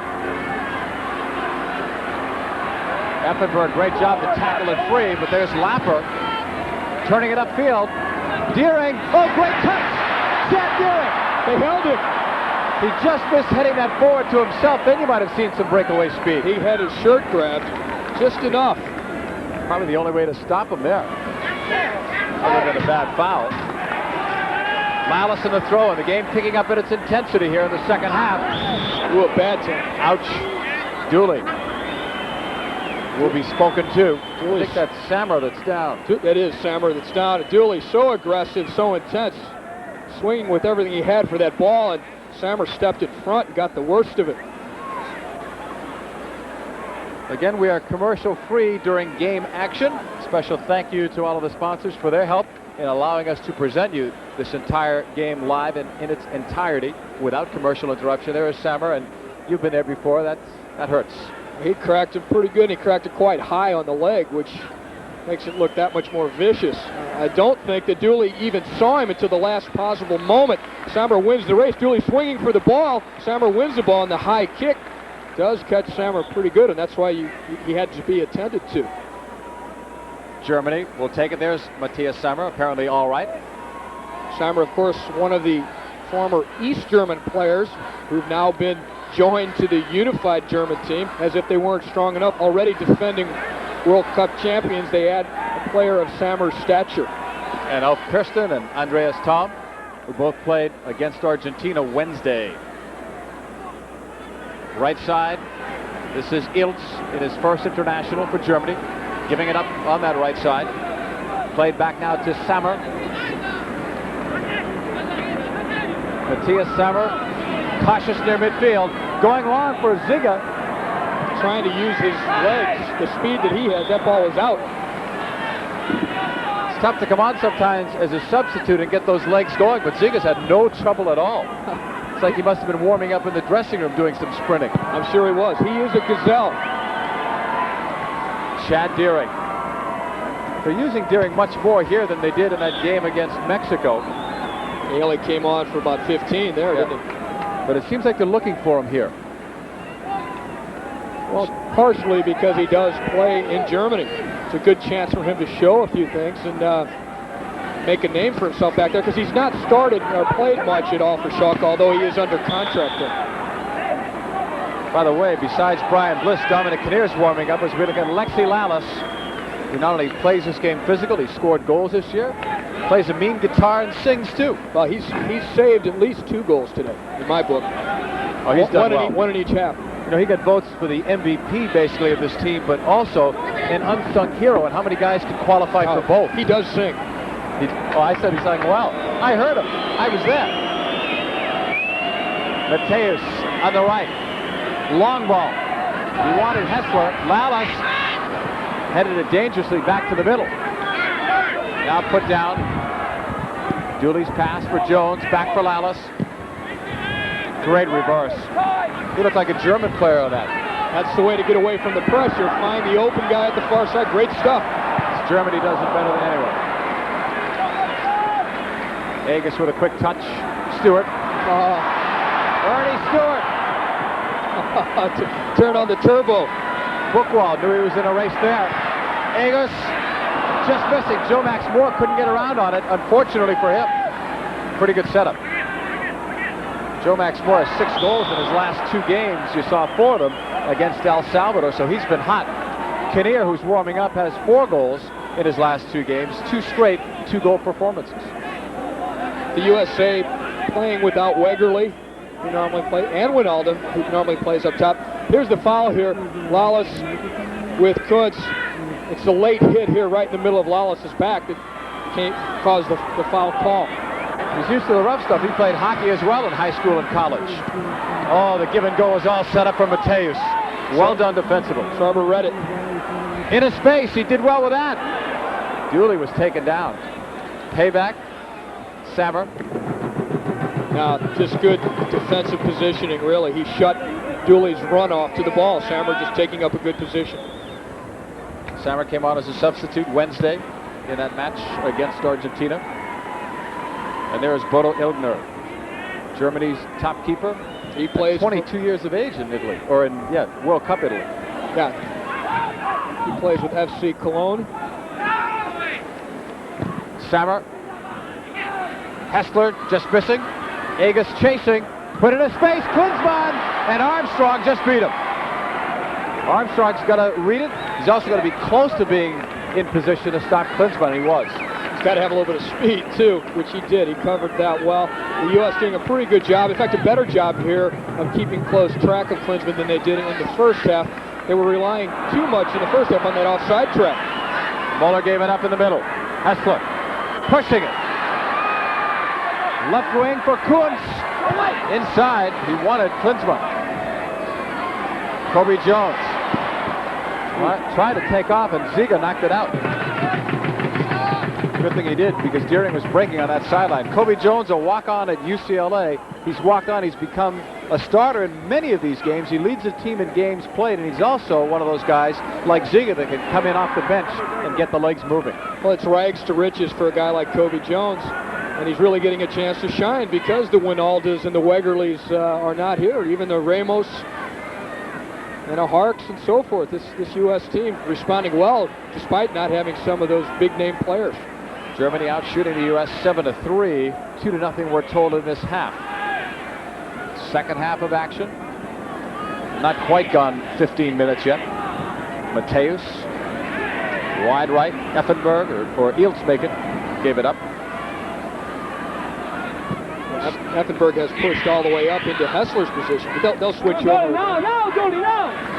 Bora Milutinović calling the signals from the U.S. bench. Lalas in there. So is Dooley.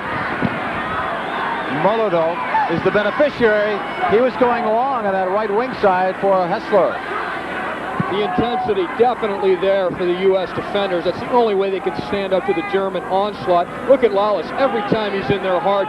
Agus had been the same way down the other side. Lapper, and here's Armstrong, who's been playing very coolly at the back. Stewart feeding.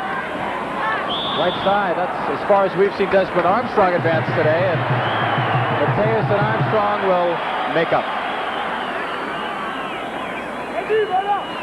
Matthäus, one of the premier midfielders of the world, now as a sweeper under Bertie Vogt's system, and now you're going to see Brian Bliss, number 14, come on, and we've not seen him since 1990, right after the World Cup. He played against the Soviet Union. He'll replace Jeff Agus. And it's nice to see Bliss come back. You don't know how well he'll play because he hasn't been training with him, and he was sick all day yesterday. So he didn't even train. But again, he's a player who has experience in Germany, playing with a professional team there. Starter on a second division squad. Yep. Germany will get it. Eilts. Left side, played up the wing. Kuntz is playing much deeper now. Sammer put it well in the space. On a good run down the wing for Möller. He has the only goal on the cross, and Klinsmann couldn't get it because Lapper did. Rebound shot went wide. Klinsmann was there. Möller, no question, the player of the game in my book. Not just because he scored the goal. There's a chance he's broken through again from his midfield position. And again, clips a perfectly angled cross. Klinsmann is right there, but Lapper took up a better position to be able to clear it. We see Lapper. He's in just in exactly the right place at the right time in order to clear the ball away. Back to live action. U.S. trailing 1-0 in the white uniforms against the defending world champions from Germany, who have won 3 World Cups, tying Italy and Brazil. Bliss gave it up on the left. Back toward Bliss, making a good effort for it. Now Sammer goes down, and the whistle had sounded. We just didn't hear it. Thomas Dooley, number 5, has been a true leader for this U.S. squad. I think the decision for Dooley to play and become a full-time player has helped everyone, himself too. He's really picked up in the English language. Last year, couldn't speak much at all, and now we're doing halftime bits with him. Lapper chased by Klinsmann. Friedel. They're doing the wave here at Palo Alto in Stanford Stadium. I'd like to hear a crowd count. Looks pretty good. They were hoping for at least 50,000 today. Dooley blocked by Sammer. Brian Bliss is back for it. Brad Friedel in goal for the U.S. Here's part of the wave action.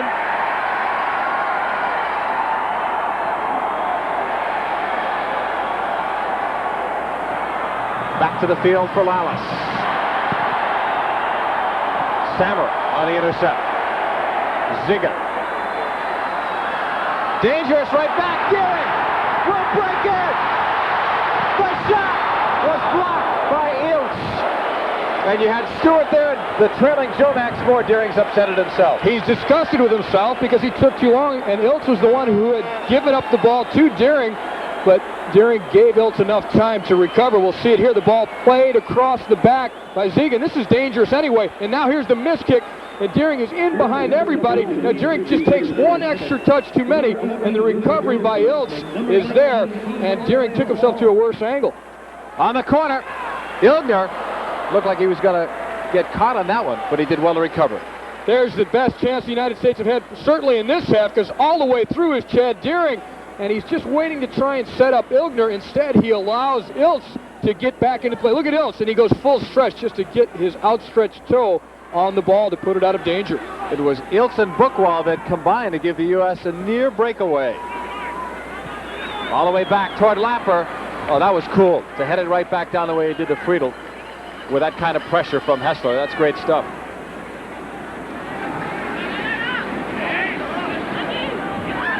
U.S. squad with Lapper. I see a 19 out there. It's Andreas Thom that has apparently checked in. On that far side, U.S. with a little room. A lot of room making. Sorber. Right wing to Lalas. Blocked. Cobi Jones after it. Good job by Matthäus, who's really advancing from that sweeper spot. There's Andreas Thom. All the way back it comes. He's one of the 3 East Germans currently on this roster. You know, I don't see is Klinsmann. Yeah, he's come on for Klinsmann. We just never saw Klinsmann leave.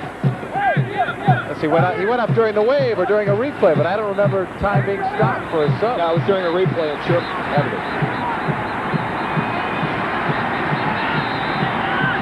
Now maybe he'll be joining the crowd with a wave. Lalas on the throw in the middle. Loose in the 18 and cleared out. Möller has a lot of room. Brian Bliss will take that assignment.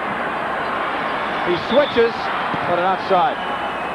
Well, for a while it looked like Möller had the whole side. He's upset. He wanted some support to give him some options. Once Bliss cut off his angle, there was not much he could do. Also had players running away from him rather than checking towards him, allowing then the U.S. trap to work very well. In the United States, Desmond Armstrong, he's the one determining when to trap. They've set it up quite well today. It was a good example. You're looking for progress. Last time in Chicago at this stage, it was Germany in control 4-1. If you're also even looking for progress from the first half of this game to the second half of this game, the United States has had much more possession. They've been able to work the ball even more so and not been pushed into their own end as much as they were in the first half by Germany. Cobi Jones in the throw all the way back to Brad Friedel. This is our final World Series of Soccer telecast for 1993. We kick up in high gear in 94 from the same place where 93 started, Tempe, Arizona. U.S. against Norway, January 15th in the Phoenix area. Möller, intercepted by Lalas. U.S. continuing to make some solid defensive plays, and then there's a giveaway, but Lalas came right back. In the middle, Sorber. Todd wanted him to shoot like he did in the first half. In a space off a deflection towards Jones. Ziege, I thought it touched it last. But that's not what the official has seen, unless there was something else that happened. There's Ziege. Christian Ziege, really one of the new faces on the German national team. In fact, really a discovery of the U.S. Cup this past June. No one had seen much of him, as particularly with the German national team. He really came on strong there. He uses his speed so well on the left flank. Matthäus giving it up on the left. Andreas Thom. He came on for Klinsmann. Thom, one of the East German players who now gets to play with the full German side. Long ball intended for Kuntz, doesn't get there. Earnie Stewart back to get it. Brian Bliss. And now it's Lapper being chased. This time by Kuntz, back to the feet of Friedel. All the way across field, Brian Bliss. Bliss had one World Cup experience with his team as a sub for Paul Caligiuri in World Cup 90. Armstrong from Dooley. We're hearing some impatience from the fans, or they want to see the U.S. go forward. But it's okay. It's 1-0. They're going to get their chances. Down the left wing, tackled out, I thought, by Effenberg, and so did the referee. What you don't want to do against the German side is get impatient looking for that tying goal. Send too many players forward because they'll burn you so badly on the counterattack, particularly a guy like Möller. I mean, he's just waiting for a chance like that if the U.S. pushes up too many players. Max Moore on the corner. Lalas was in there on a collision with Illgner, but that play was designed, set up for number 22, Lalas. Look at the concentration of Illgner as he grasps the ball. He knows that Lalas is the main threat, and he's beat him to every ball. Illgner's solid, too, at 6'4", 200, just over it. Lalas, no slouch either. Ziege. Lapper has made so many strong defensive plays today. Buchwald, a little too strong on that one for Earnie Stewart. Good hustle, though, by Stewart. Effenberg. Eilts has some room. Puts it ahead on the left wing. Kuntz tackled out. Armstrong got it. Corner kick coming up. The United States have kept their concentration perhaps better than the Germans. If you think about it, a couple of the breakdowns in the center of the backfield for Germany that have nearly been fatal for them. Möller, who has scored the only goal, will take the corner. Andreas Möller. Near post he's going. It's hit out by Friedel. Chad Deering chasing on the tackle. Great recovery, and that time they've got the hold. Deering got up incredibly quickly and had to be pulled down there by Möller. But the defensive concentration for the United States has been impressive. Here's some concentration here, winning the tackle is Deering, and then getting back up, and there he is. He's held from behind by Möller. Möller's done it all today. All the way back to Friedel as we are back live. A little bit better than 20 minutes to go, second half. USA definitely within striking distance, down by just a single goal. The goal came around the 15-minute mark by Möller on a great corner between he and Häßler. Sorber. Now it's Desmond Armstrong. Max Moore, number 9 in white for the U.S. Back for Lapper. And this is what we did not see in the first half. The U.S. able to work the ball around. Max Moore. And Effenberg took him down. The ball went out. Who would have thought Max Moore would end up as the USA leading scorer with 8? They can thank El Salvador for that. Yeah. USA will lose possession there. Germany leading it 1-0. Möller with that only goal. Effenberg wants everyone to go downtown. Sends it long for Thom. Headed away by Armstrong. Dooley almost got it. Stewart. Oh, he did well to come back, and then Deering was spun around in a revolving door of German defenders. Dominic Kinnear may be substituting, it looks like, for Max Moore if they can get the officials' attention. Last words from Coach Bodo Milutinović. Kinnear, another sensational year with 7 goals, and not just the goals, but the way he's played all around. They call him the gunner, or gunny. He likes to go to goal. Maybe he'll get a chance here to look for the equalizer. And this is his backyard. He played professionally with the San Francisco Bay Blackhawks a few years back. He grew up here. Yeah. Max Moore with some congratulations from his coach, Bodo Milutinović. He'll close out 93, Max Moore will, on a high note. Matthäus. Max Moore, another one of the UCLA contingent on this U.S. team. Friedel will get there ahead of Effenberg, who's done so much more running today than we saw the entire match against Argentina Wednesday. I think he may have heard Bertie Vogt's message. Bliss. Cutting into the middle, he wanted Stewart. Cut off by Matthäus. Far more settled today than he was Wednesday at that sweeper spot. It's got to take time, though. Premier midfielder, whenever you change any position, but especially at the back there as a sweeper, following in some big footsteps from the past. No question about that. In fact, the guy who invented the position, Franz Beckenbauer. That's who you're judged by, right? In the end. Cobi Jones knocking it away for Lalas. Well, what acrobatics. And there was almost no way Dooley could get that. Matthäus was even applauding for him on the near sideline. It was a great effort. To see one star player applaud another during the game. That's big.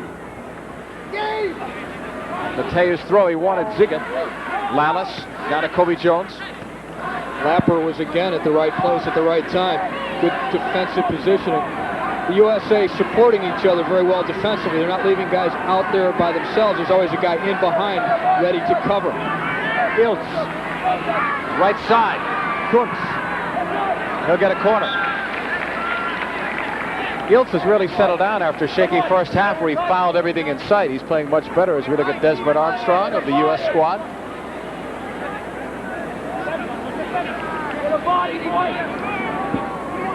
Another corner kick coming up for Germany. They've had a big edge there.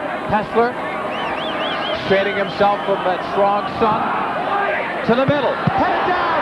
Saved by Brad Friedel. You heard the thud. Germany getting it back with Effenberg. And what you saw was nearly a carbon copy of the goal that Möller scored. Was that a save or was that self-defense? I'm not sure who it hit, but it was Möller again who got his head on the ball. In fact, probably drove that one harder with his head than he had on the one he scored. And it's Häßler's corner kick, almost identical to the goal in the first half. There's Möller going up, hammering the ball down. Blocked out front. Look at this. Just frantic sort of action for the U.S. trying to get the ball out. Here we'll see. Look at Friedel. Comes through. Oh, that's a great save because he's got Andreas Thom right in front of him as a screen. So good reaction by Friedel. A different angle here. But look how high Andy Möller gets up. Drives the ball down. Look at it. Went right over Andreas Thom's head. Not really giving a good look at it for Friedel, but Friedel still saved it. That's how he saw it right at the end. Thomas Strunz plays for Stuttgart. We'll check in for Häßler, and Häßler played a magnificent game for Germany. Just his corner kick taking abilities, the accuracy of those crosses caused one goal and nearly caused a second one just then. So the 25-year-old Strunz is in. Häßler is out. Deering. Oh, great job. Bliss. Stewart. Looking at turn. Earnie Stewart. Great touches, though. First Deering, then Bliss. Bliss has added a little bit of punch. Sorber. The shot. And Illgner comes up with it. Agus was doing a fine defensive job up there, but Bliss has pushed forward a little bit more, got into the attack a little bit. Off a deflection, it goes out, and Effenberg and company will have a throw-in. Part of the crowd on hand to watch the U.S. squad against the Germans. Still haven't gotten a figure on the attendance, but I think they've been a big support to the U.S. squad here. It's a big, loud crowd. And they want to see the USA tie this ball game up, and the USA have had some good attacks in the second half. Matthäus, Buchwald backpedaling, look out. Being pressured a bit by Dooley. Still have about 14 minutes to go. That's Crazy George, the famous cheerleader. I haven't seen him in a long time. That's the quietest I've ever seen. Yeah, I was just like, why are we shooting him now? He looks the same. He doesn't look as crazy, though. Yeah. Well, I want to get a shot of him when he's going nuts. 31:06 is where we're at in the second half. 1-0 Germany. On Müller's goal in minute 15. Assist going to Häßler off the corner kick. Milutinović has worked miracles with Mexico and Costa Rica. Trying to work a third with this U.S. squad come 94. Great possession play by Sorber to hold off Matthäus. Bliss into the air. There is Illgner calling off his defense. We look at today's goal scorer, Möller. He's been very hot lately. He's one of the top scorers in Italy right now. things have been going well for him with the national team, too. 4 goals in the last 4 games for him. Germany coming back. The shot, and Friedel made a save. That was a heavy shot. He couldn't get all of it from Kuntz. You could hear the force behind it. Made it difficult for Friedel to hold it initially. Stefan Kuntz, top scorer in the Bundesliga. A great run here, a powerful run. Lapper not catching up with them. And it's a loaded ball, but Friedel gets up again quickly. Nice little pass by Andreas Thom to Möller, through to Kuntz. Now Kuntz with the left foot, it's a bomb. Friedel having to go to his left and then scramble for the rebound. You can tell that power is one of the reasons why Kuntz has the 14 goals. This one will sail out of play on that far sideline. Germany doubling the USA in shots at 10-5, but as Ty was mentioning, a much better second half of the U.S. in terms of offensive pressure all around. Forget just the shots. In terms of possession, in terms of territory, the United States has gone more toe-to-toe with the Germans than they did in the first half. The Germans dominated large parts of that first half, although the U.S. did have 2-3 pretty good chances. Right side, Effenberg along the board, far area, and it's knocked out of play right by those advertising boards. There's that defensive support that I was talking about.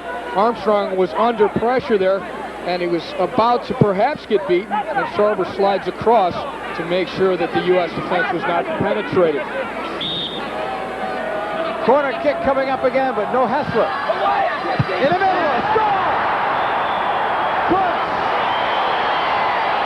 2-0 Germany.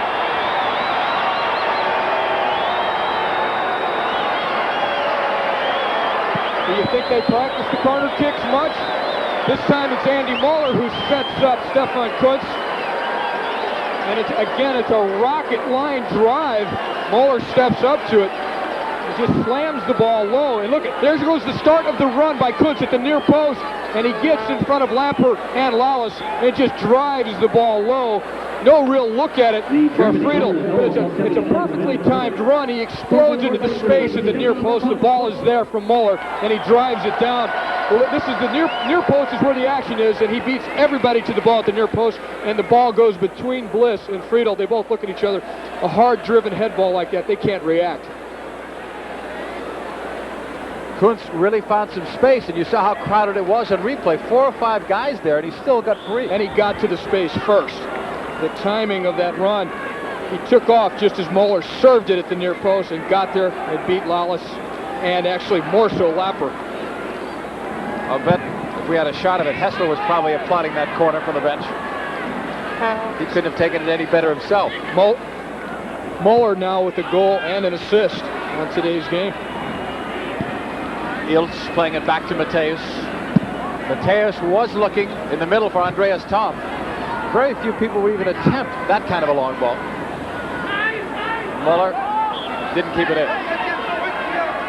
Here's the goal. Now watch Kuntz take off. He's inside of Lapper now. He got in front of him. Lalas tries to come over to help, but it's the timing of the run. He takes off and bursts into that space just as Möller hits the corner. Möller celebrating yet another time. Again, he won the race to the space at the near post by timing his run. He exploded to the near post, and that makes it 2-0 for Germany. Both of their goals coming from corner kicks, set pieces. So in the free play, the run of play, the U.S. have held their own. I think it's been a great performance in many ways. But on the set pieces, the Germans show their true class. About 9 minutes to play unofficially here in the second half. A lot of people that fear the worst with an angry German side coming in with really their full squad with the exception of Riedler. U.S. is without at least 4 premier players who are playing overseas, so you never knew what could have happened here, but they have played well. All the way back to Brad Friedel. Germany taking these games very seriously. It's a World Cup atmosphere. A big crowd, number. World Cup style crowd. Over 52,000 here at Stanford. A beautiful day for soccer and a very entertaining game. Great number. I know Peter Bridgewater, who heads up work here in the San Francisco area, has got to be pleased with that figure. Chasing it, Buchwald, Möller. Möller plays as solid a 90-minute game as anybody you'll see, too. He is not slowed down for 1 minute. He's always available, and he's so creative when he does get the ball. Lalas heading it down. Look at that pressure. Sammer almost got it. Armstrong did very well with that. Now getting some help from Thomas Dooley. This is good stuff, though. For Cobi Jones. Trying to cross it, he'll get the corner. There's that track meet I was telling you about between Ziege and Cobi Jones. Ziege, young player for Germany, only about 20 years of age, was able to catch Cobi Jones. They both have incredible speed. I'd like to see them in a real race on this track maybe after the game. Put the spikes on. Here's Kinnear on the cross. Lalas got a touch, but Illgner was right there. Bodo Illgner giving it up now to Ziege, who started his career as a goalkeeper. And he was discovered actually by Bertie Voets when Voets was in charge of the junior sides. Go back to that last attack where they tried to put Cobi Jones through. The USA showing some real sophistication and be able to work the ball out and be able to deal with pressure. First Armstrong, a great spin to get away from Sammer. Then he works a nice give and go with Sorber. They kept the ball for like 4 or 5 passes and then went to the speed into the space and nearly broke through with Jones getting past Ziege. They can do things like that against a team like Germany. It is showing more sophistication in their play. And especially down 2-0, they're not quitting, they're not giving up, they're continuing to try and attack. Less than 7 minutes to go unofficially here in the second half. A great day for soccer, a cool day. Sun has been shining. Soccer fans couldn't be happier. Except if you're a U.S. soccer fan, obviously you'd like to see it reversed. We'd like to see at least a goal, and there's been some chances. Going back to the first half, Earnie Stewart taking a good shot, Sorber having a shot, some near chances on corner kicks off of Lalas. But Illgner's been tough. He's commanded a large part of that box. Sorber setting it high. Lapper was rising for that. Here come the Germans toward the middle. Andreas Thom. Eilts looking more at home now in his first international. He wanted Ziege. Cobi Jones was tracking him as well. Ladies and gentlemen, today's attendance. They're announcing the attendance today so the fans can applaud themselves for coming out. And they should. Yeah, it's a great turnout. Great turnout. We had 35,000 in Miami on a school day, Wednesday afternoon, an unusual 3 p.m. kickoff. That was great. And now 52,000 here. Sorber looking for Armstrong, and that's busted up. Oh, that was busted up too. We're talking about the ankle of Sammer by Lalas, a yellow card. Deserved. Well, Sammer came out in the second half, and he's been whacked twice. Once by Dooley, which was more unintentional, or more accidental, I guess. This one came from behind. And as we say sometimes, I think Lalas got his money's worth. He tagged him pretty good on the back of the ankle. I guess if you're a soccer fan, we don't have to tell you, but the World Cup draw is tomorrow in Las Vegas. I'm looking forward to just being there and seeing how the entire setup works. All kinds of journalists from all over the world. Fans will be there, sponsors, and we'll finally know, Ty, after about 500 matches in 141 countries, not only who will play in what group, but also where they'll play. And it'll clear up. I'm tired of all the rumors. Well, besides that, it's the big show, and the biggest show place in the world, Las Vegas. You know there's going to be some glitter there. Germany coming back. We know where they'll play at least their opening match, Chicago. But we'll find out the rest tomorrow. Cobi Jones in a space. Nice touch for Dooley. And then it's busted up by the German back line. Buchwald. Throw in coming up here. We've got about 4 minutes left unofficially. Second half of play. Germany leading at 2-0. Both goals off set pieces, off corners. Möller scored one, assisted on the other by Kuntz.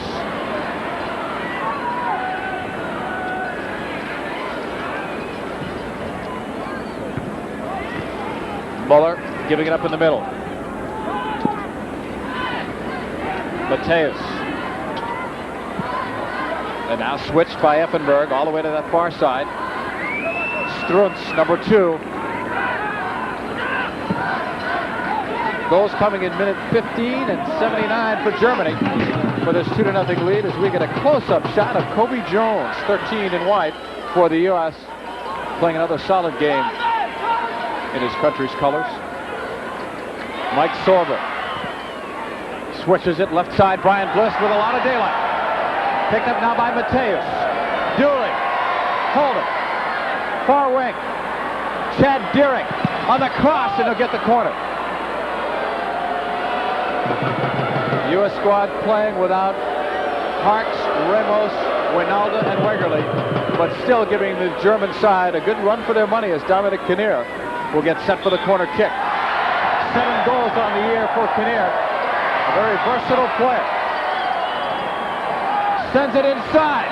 Punched down by one hand from Illgner. Jones right back. Oh, back heel flick by Lalas. That might have been the goal of the year had that had a little more pace to it. Looked like Lalas got a back heel. And Illgner was right there. Action continues. Matthäus was going forward outside. Germany caught that time. They must be in double figures there. We'll look again from the Kinnear corner. Illgner with a one punch. Cobi Jones right footer. There you saw Lalas off his right back heel. That would have had to have been the goal of the year. And all it needed, I think, was a little more speed because it was going for the corner.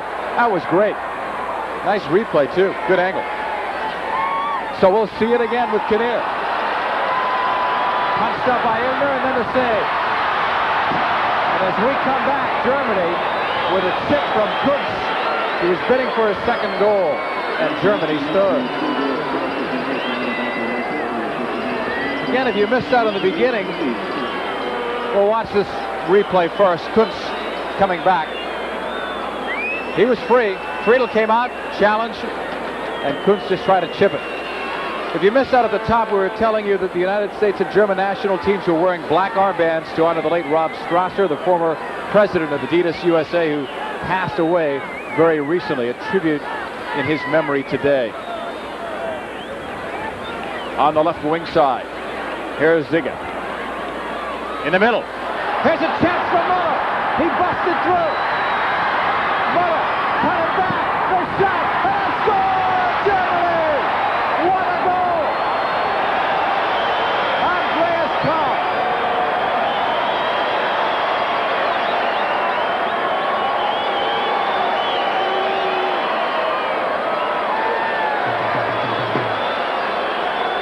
It is showtime.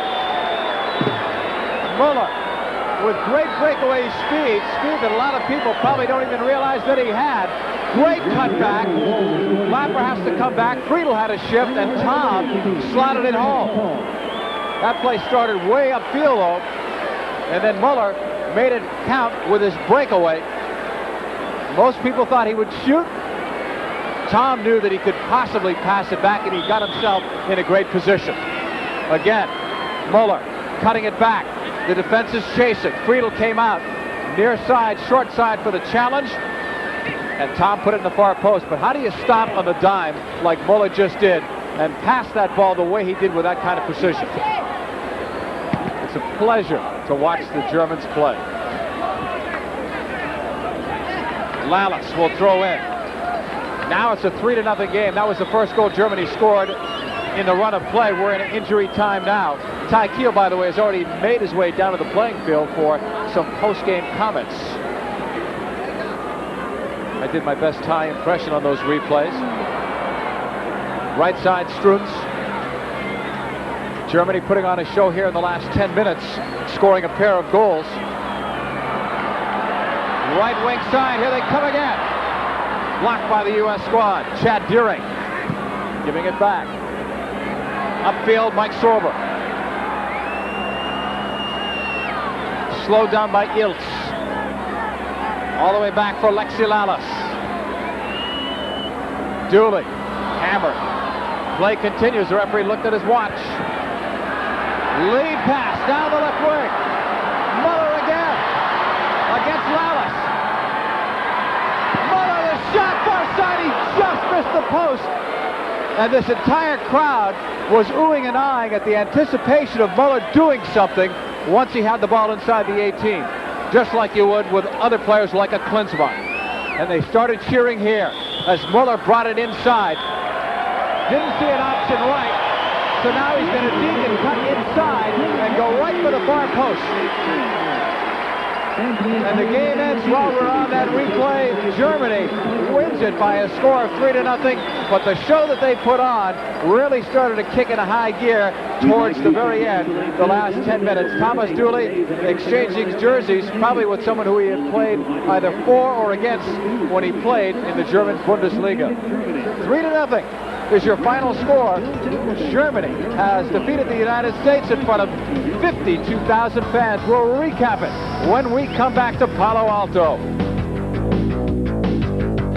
The day before our big trip, Frank announced we had to stay at hotel chains. Are you serious, Frank? Absolutely not, Frank. No way, Frank. We expected boring cookie-cutter hotels courtesy of Frank's new budget. But ITT Sheridan was no ordinary hotel chain. But we decided not to tell Frank that. It's grueling, Frank. It's a tough job, Frank, but somebody's got to do it. ITT Sheridan. Our world revolves around you. What a day for a baby. A new look, impossible to resist.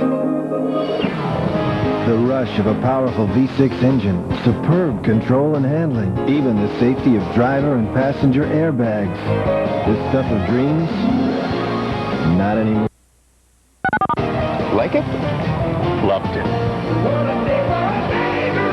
The new Grand Prix Sport Coupe.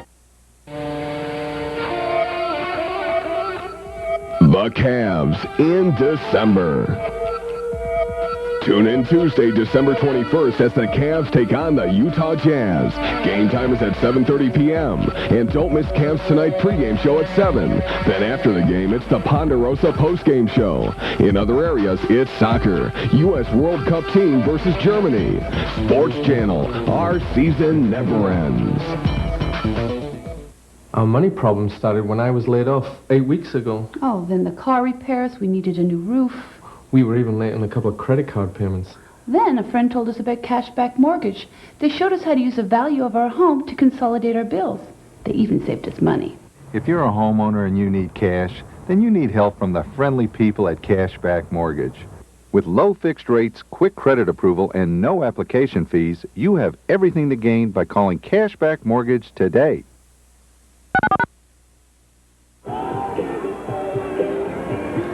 We've got a couple of tired Cowboys here down on the field.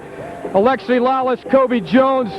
You're up against the best in the world, and they ended up getting 3 on you, but you guys held pretty well. Yeah, we did okay for a while, you know. It was a good day. It was a good crowd, you know, but you know, they just showed that they're the champions of the world, and they really took it to us at the end there. You know, they got the 1 goal, and then we played really well through the second half, and then they got the second one, and we sort of started pushing, and then, you know, it just opened up the door, and the third one came. But what about their goalkeeper, Illgner? Because you nearly got to a couple of those corner kicks with your head. Well, you know, as you play better and better teams, it's a lot harder to score. So, you know, you got to give them credit. They came out there, and he picked up on a lot of them. What about just the pace that the Germans play at? I saw you, Lexi, right at the end there, having to chase just one more time Andy Möller. I mean, it looked like you hardly had anything left in your legs. Yeah, I was going to stop and grab some oxygen over there on the sideline, man. They're all over the place and just great players and great international players, and you know, we can learn a lot from them. I think it's going to make us a better team. Cobi Jones, the USA attack, showed some sparks, showed some possibilities today. I think the USA, I mean, on the attack that we show that we can, you know, play against defenses like this. It's just we have to string a little more of these sparks together, you know, to make it full time throughout the game. But I think we show that we can play with a team like Germany, and we can play with Germany, we can play with the rest. Are you intimidated going up against defenders like a Brehme and Effenberg, Kohler, all those kind of guys? It seemed to me that you and Earnie Stewart liked that challenge. Personally, I like that challenge. I mean, I've never been one to look at a player and go, whoa, you know, he's the greatest in the world or something like that. I just really think he's just someone that I'm going up against, another fullback, and that's the way I got to look at all of them. I can't be intimidated by these players. Well, a good showing by the U.S. team. I think they're making strides towards the World Cup. And here's a couple of the guys that are making the biggest strides, some of the younger players on the U.S. team, Alexi Lalas and Cobi Jones. Thanks very much, guys. See you next time. All right. Thanks a lot, man. Thanks, Ty. Final score 3-0 in favor of Germany, but we still have goals to look at. We'll pick our Snickers MVPs and our American Airlines Play of the Day when we come back to our World Series of Soccer telecast. Germany 3, the USA 0 from Stanford Stadium.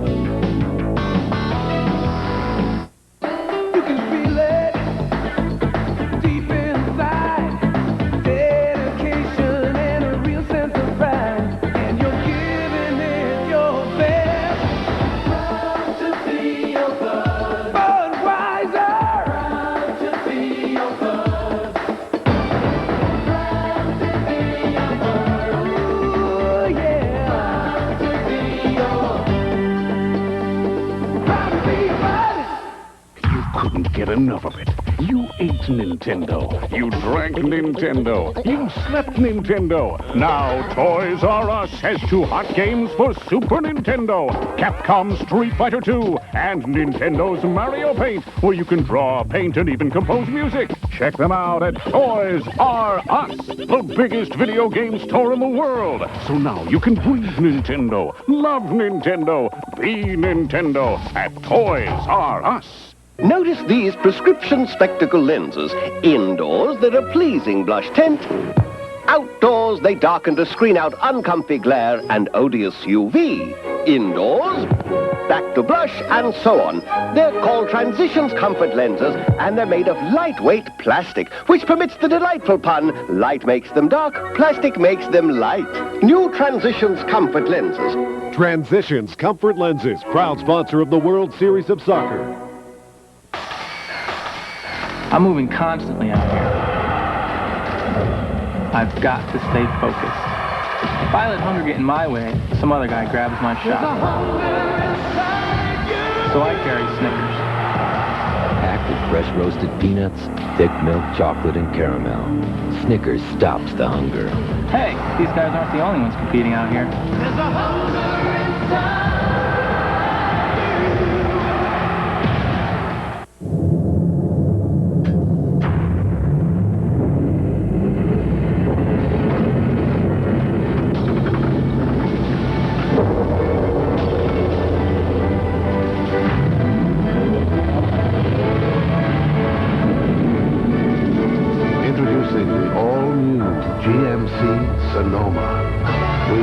Everything we know into this one, Sonoma from GMC Truck.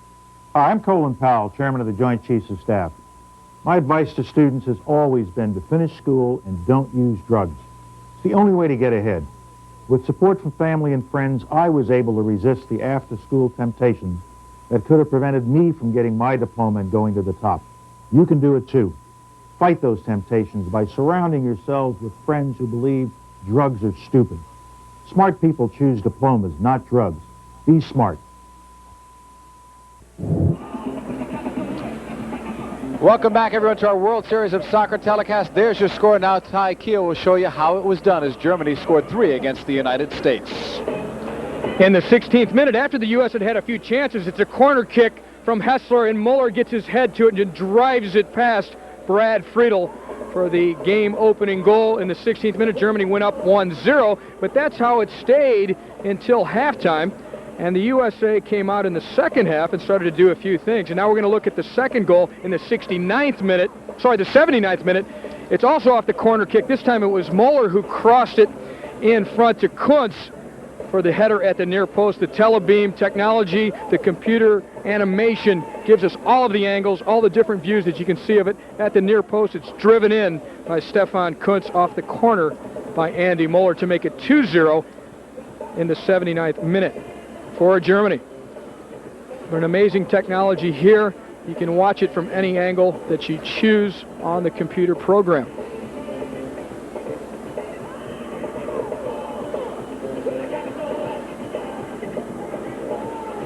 .42 miles per hour on a head ball. That's quite a lot of velocity. The final goal here, again, it's Andy Möller who ends up with a goal and 2 assists, knocking the ball back onto the run. It's just slotted home, but Möller makes the goal by taking the U.S. defense all one direction and then cutting the ball back on a dime. And that's the type of player he is, and he was the main difference in this game today for Germany. Time right now for today's American Airlines Something Special in the Air Play of the Game. And this is the second goal, the one we saw on television just a minute ago. It's the goal at the near post by Kuntz off the corner by Möller. American Airlines, the official airline of U.S. Soccer, and the World Cup team congratulates Stefan Kuntz for his first international goal, by the way, for a play that is truly something special in the air. Right now, it's going to be time for today's Snickers World Series of Soccer Most Valuable Players, and we'll take a look first from the German side. It's the guy that Ty Keogh had spoken about all game long, even before the end, when he continued to shine. That's Andreas Möller. Had a goal, had an assist, played a solid all-around game. He was magnificent for the German side. And for the United States national team number 10, Earnie Stewart, one of those players recalled to the national squad from his Dutch team, Willem II. He came in and played a solid game, had the best scoring chance for the U.S. probably all day, and that happened in the first few minutes of the game. Congratulations to both players. Snickers will make a charitable donation of $1,000 on behalf of those players to youth soccer in the United States. What a day we had in Palo Alto, California. There were better than 52,000 fans that came out to saw. They saw the United States.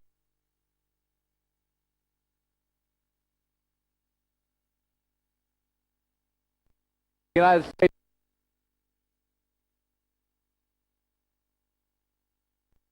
United States.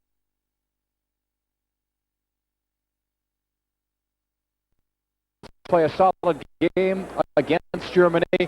In the end, it was too much from the defending World Cup champions. I think Alexi Lalas and Cobi Jones had said it the best. You can really learn a lot from the German players. Germany won it by a score of 3-0. Möller, just an outstanding performance. Bodo Illgner was sharp when he had to be in goal. He was Germany's World Cup keeper in 1990. Hope everyone enjoys the World Cup draw. It'll be from Las Vegas tomorrow. For Ty Keogh, I'm John Paul de la Camera. So long, everyone, from Stanford Stadium in